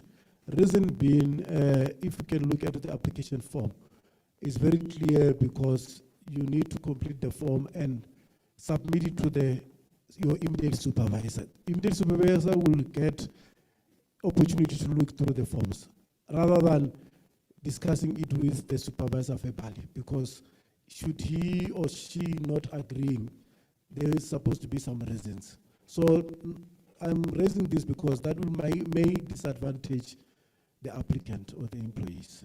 Thank you very much. Thank you very much. Sis Pleasure. Thank you, Program Director. Colleagues, my apologies for this. I wanted to have my bite of the cake because unfortunately I have to leave now. I'm going to start with the last inputs, but thank you very much to the group. The discussions were very robust, and but you could hear the report is mild, but if you were in that room, you wouldn't believe this is the same report from that group. But I think the group have made few important points. The fact that if a person is on the same environment, there should at least be a reapplication form. I think that point is valid. We will look into it. The directive around deemed approval, I think it's valid. We should look at it. But presenter, I with the correction from other groups, I think the group said we should look at even a shorter period for the deemed approval because the act doesn't give a period for that. So we can't say anything, it's unlawful there. So I think it's a valid point because you might have a deemed approval, but later it's discovered that you actually have a conflict of interest. So the EA must be able to do something about that. The only thing that they won't do is to apply Section 31 to you because you had deemed approval. So I think that is a good point. We will look at it. The issue around the application period, I even explained to the group that we also discussed it, but we couldn't come up with a solution. But I'm happy that it comes from you. And actually, other group members gave a proposal of how it should be implemented, and we will look at that. It will make, you will see that it will make even more sense when we digitize, because the disclosure, for an example, is linked to a financial year. So if there's the approval for other remunerative work, it's also linked to that. Maybe it will even make more sense. So thank you for that.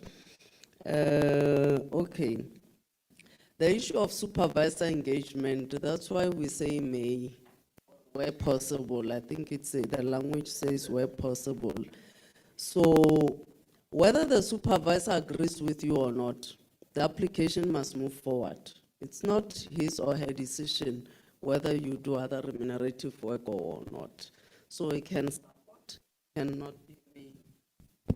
he may not support. And I think that is why supervisors think they must always support. They can say anything as long as they have facts to corroborate what they are saying. The application will still move forward. It's the EA's decision.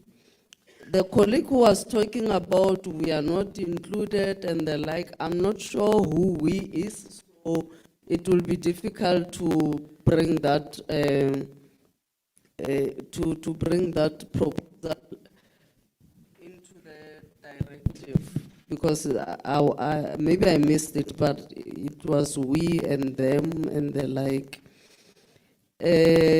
Transfers, when people have approval, colleagues, when you make an application to go to another department, it's a conscious decision. And you must take, I'm sure you take all consideration of everything. What surprises me is that it looks like government must always work around us, and we never want to adjust our conditions. If I apply for another job, the colleague from police made a valid point. What if your other narrative work was to have a taxi, or you are in a security industry? You transfer into the police, or you are seconded to the police. That will not work with them because that is a banned thing. So there is no way that people should work around you. You must consider all your circumstances when you do the application. And if you take that job, you must know that there are conditions to align to that job. So I think that is not an issue to even be reconsidered. If you move to a different environment, it's different. It's the same as if it's a promotion, you are going to get a different salary. You won't say where I come from, this is what I was earning, so this is what I stick to. So those are the short comments, because fortunately I was with a group at some point when Isaac had to leave for other things. So at least I could directly get some of the inputs from them. But colleagues, please send those inputs. But I wanted to say thank you very much. These were good points. And in advance, thank you very much if I have to, before you finish. My time limit is up to 1:30. Thank you very much. Okay, thank you so much, Sis Pleasure. Do we have maybe just 2 or 3 from the online? Tabang?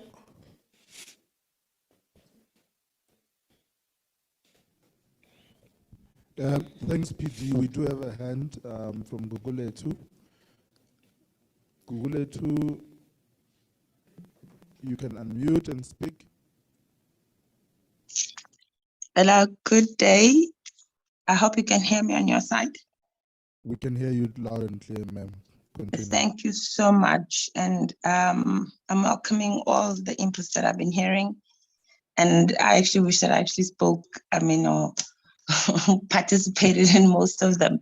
Then I figured maybe I should not be speaking so much. But I think with regards to remunerative work outside public practice, there was one question, or part of when we were going through the policy or the directive was in terms of, is it still going to be called remunerative work, even if you're just doing an application because you are just currently serving as a chairperson of a certain committee?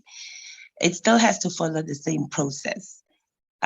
Because sometimes what happens is that you might actually be applying, and you also may be a government employee and you have applied to another institution, which is also a government institution, maybe local or national. And then within that, as you're applying, the executive authority has the power to say, for you to get remunerated, you have to take leave on that day, so you are not actually at work, because that will be considered double dipping.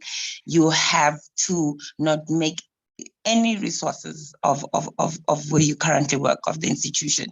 So the process of applying in terms of doing anything outside of your normal current position or current work where you're currently employed has to follow the same process. So irregardless that you know it's remunerative or not, it should still follow the process. And then I just wanted, in terms of a new job, new position means new application. There's no way you can move with your prior. You move with it in terms of when you're studying, when you're still doing your master's and you are engaged in research. So obviously, automatically, you're going to have your current boss or whomever understand that how much time you probably might need. But in terms of new work or new where you're going to be having additional responsibilities, that needs to be a new application altogether. So I think for that, it definitely, you cannot be carrying what you think, since the approval that you received from your previous manager, your previous EA will be applicable to that position. And the last one is, I think I'm speaking to one of our colleagues mentioned this with regards to the HOD not being involved. In our institution, it just became standard for us to write a memo where your supervisor is supporting and your accounting officer, especially if you are reporting to your accounting officer or you are under administration. So practically they have to have an idea of knowing, because now you're going to be putting in leave and you're going to be saying, oh yeah, as per my approval, which they don't even know what was the last approval, as to what was decided by the executive authority to say, Gugu can go and work for, the municipality in Mahikeng, but this is what Gugu has to do before she goes there every time. This is what we require of Gugu. She needs to have this and this and this and this before we can release her. Gugu can get paid by Mahikeng if Gugu does 1, 2, 3, 4, 5. Gugu does not get paid if Gugu follows this route. that automatically has to come back because your performance agreement is tied with your supervisor and with your accounting officer. It becomes very difficult if you think there's anything that you can do outside of them, especially if you are in that space. Because even when you want to take that day off, and even if you are assisting another institution and you're not getting paid for it, you still need to. Ms. Gogo? Yes, ma'am. I think you said that was the last point. Yes, that is definitely the last point. I was just saying that I think we still should consider including, you know, your supervisor and your accounting officer, because it makes it impossible for you to be able to do outside work. Thank you so much. Thank you. Tabang, do we still have more online? Fortunately, that was the only hand. Okay, thank you so much. Can we cut? Sis Pleasure, will you have, okay, and then we have the last comment from the chair before Sis Pleasure comments.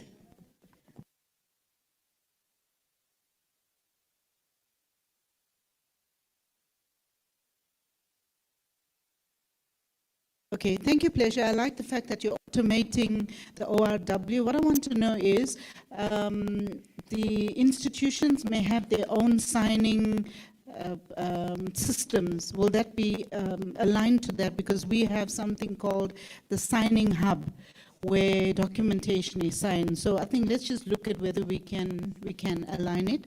The second thing is the level of the ORW approval. Because we say that the supervisor must sign this, but let's say a team assistant wants to do an ORW, so the immediate manager could be an ASD. So we find that too low. Maybe we should say at a CD level. What we do at the DTIC is every application we've created an addendum and we send it to the DDGs to sign it. So the final signatory must be with the DDGs because we found that the approval level is too low. And ASD cannot make the decision who is the manager to do that. Okay, so then there's no process for an appeal. It is included in the directive. I mean, it's not included in the directive. It's only included in the guide. So maybe we can also include it in the directive. On the application form, I don't know if we're speaking application form here, there's no name of the supervisor who's signing that thing. So when we get it as the ethics office, we don't know, what level or who signed that. And then it also says there on the slide, the HOD may adopt the policy on ORW. We shouldn't say may, he should. And then in terms of the new employees that Pleasure spoke about yesterday, there needs to be a process, some form, DPSA must give us some form that we must send, and the applicants, maybe after or during shortlisting or whenever, must complete that form before they even come for the interview. And the reason for that is, if an applicant is already doing business, and then we shortlist them for a new job, and that's the only person we send for competency assessment. And then when they come and start and we say, do you have a business? They will choose to remain and then they will not take the post. So Pleasure, maybe if you think of, giving something that we can use during the recruitment process where that question is asked. Because once they commence, it may be too late if they preferring not to resign from there. And then there's no space on the form for remuneration.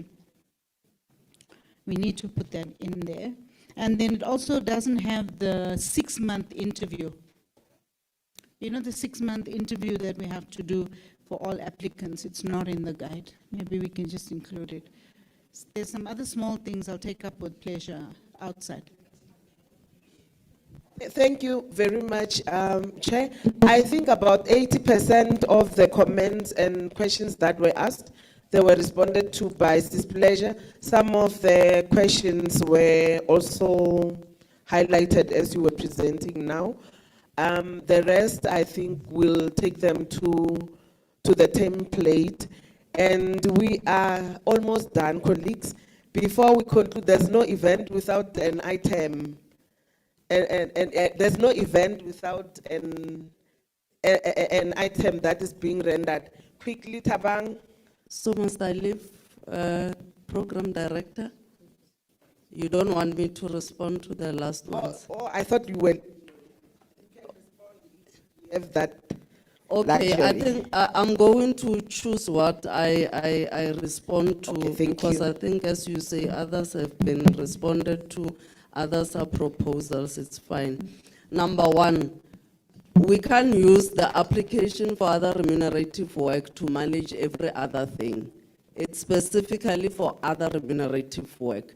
If you have issues, colleagues, which are not other remunerative work, make a policy for that and manage that. So this one is specific.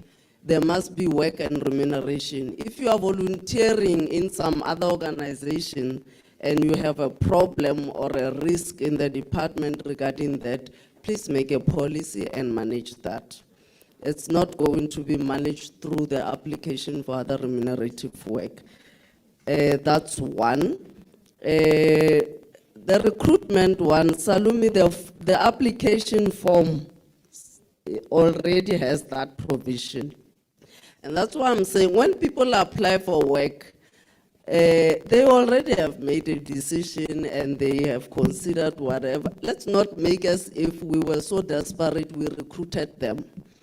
And you had many applications, and that's why I'm saying during the recruitment process, make sure they are aware of that. If they are not interested, they will tell you, don't even bother sending a letter to me. But they can't have their bread buttered both sides. Sorry. That one is already taken care of. The signing hub thing, I think those are the implications I was talking about, that it might affect other things that we are doing. Others were, for an example, indicating that from the supervisor it goes to some kind of a committee or structure first before it goes somewhere. So I guess we can have all those discussions, but those are the implications. I think I've responded to the critical ones. Thank you. Thank you so much, Sis Pleasure. And from my side, thank you so much for affording me the opportunity to facilitate the 2 days.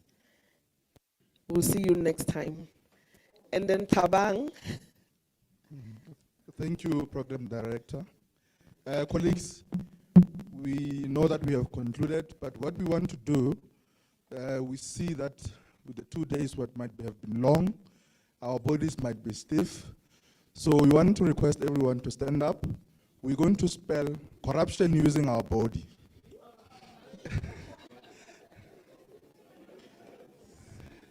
You'll follow me.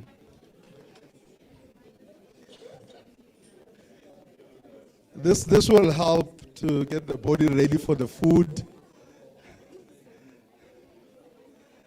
Okay, are we ready, colleagues? Is everyone comfortable, standing fine? Okay, so as I said, it's corruption. So we're using our body to spell corruption, right? So you just follow me to simplify it. So corruption starts with a C, so a C, that's corruption, and then O, and then R, another R, U, P, that's the P, T, I, O, and then N. Great job. As standard, the Batopele clap.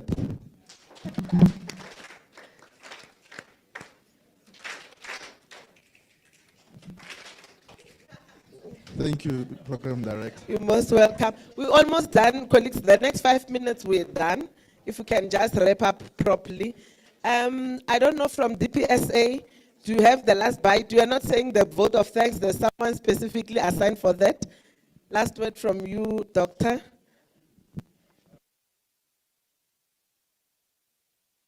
Maybe then just to, let me stand.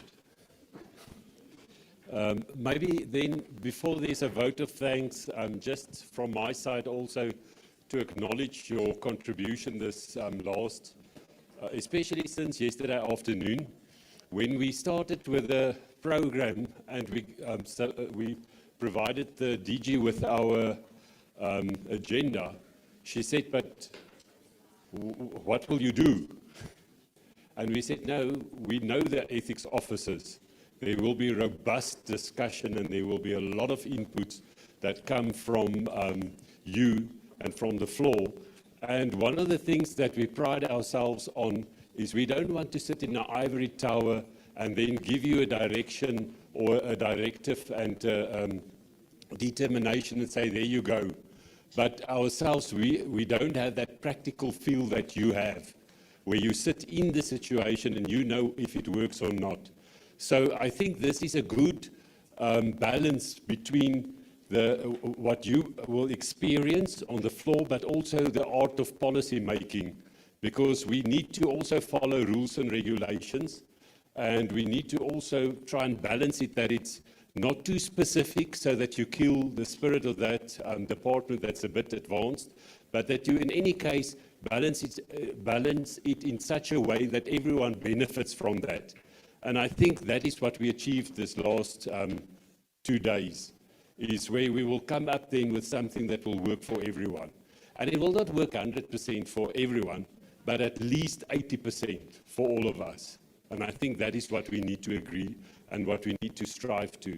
So for that, I really want to thank you for giving us inputs and ask you once again, those people who did the feedback, if you can just send that to Pleasure so that we can then finalize these directives and that you can benefit from them in future. Thank you very much.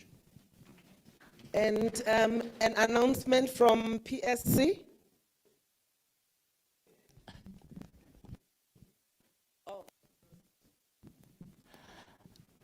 Colleagues, I just want to appeal from you from the PSC regarding the gift registers. I'm sure you saw advocate indicating that the level of compliance was low. It's only 13 departments, national departments, that were able to submit. So I kindly request that if you don't know how to go about, I'll give you the email address. My email address is kenyisilem@opsc.gov.za. Please drop me an email. I'll send you the template for collection of data in respect of gift registers. And also, colleagues in the provinces, I know you have not yet received the letter, but in the meantime, please do also collect that data, because I think in the next 2 days, a letter will be issued through the PSC offices at at all provinces. So we request that ethics officers also comply in the province and submit the gift registers. Thank you. Much, PSC. One last call for us not to forget to register for today's session. Attendance registers are flagged out there. Before I call out Mr. Herman Rasejo from SAPS to give a vote of thanks, I have been your hostess for this flight number NEOF 1314-2023. And thank you so much for traveling with us. We're looking forward to flying with you again. Travel safely.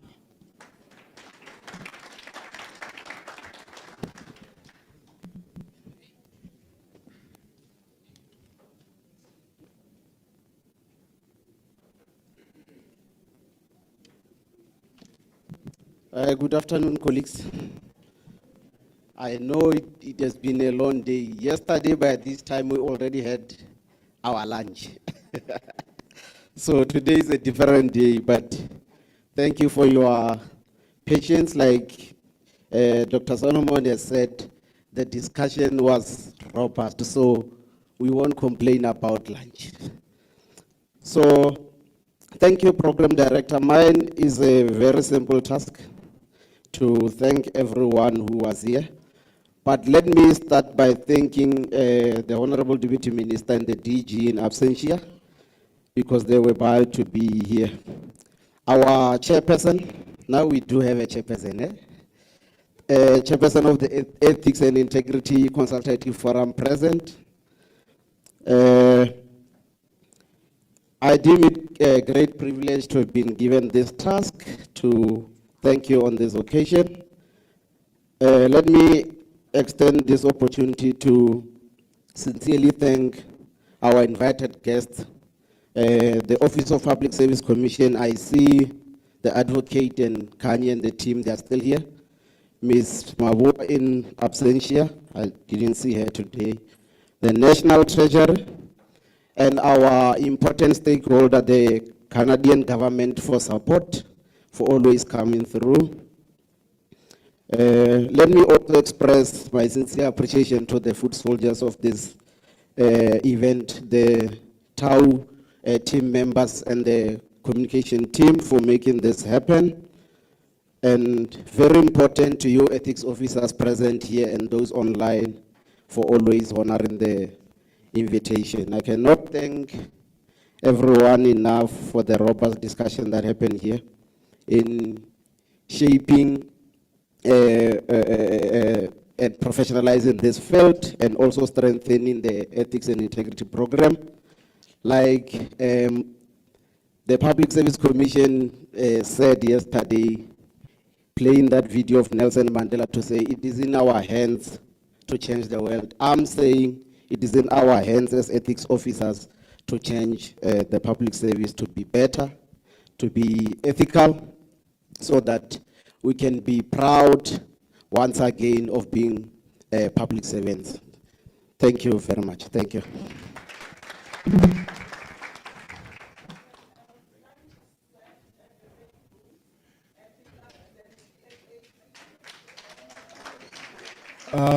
The DPSA TAU colleagues, you are requested to go in front for a minute. Communications is requesting that you stay behind.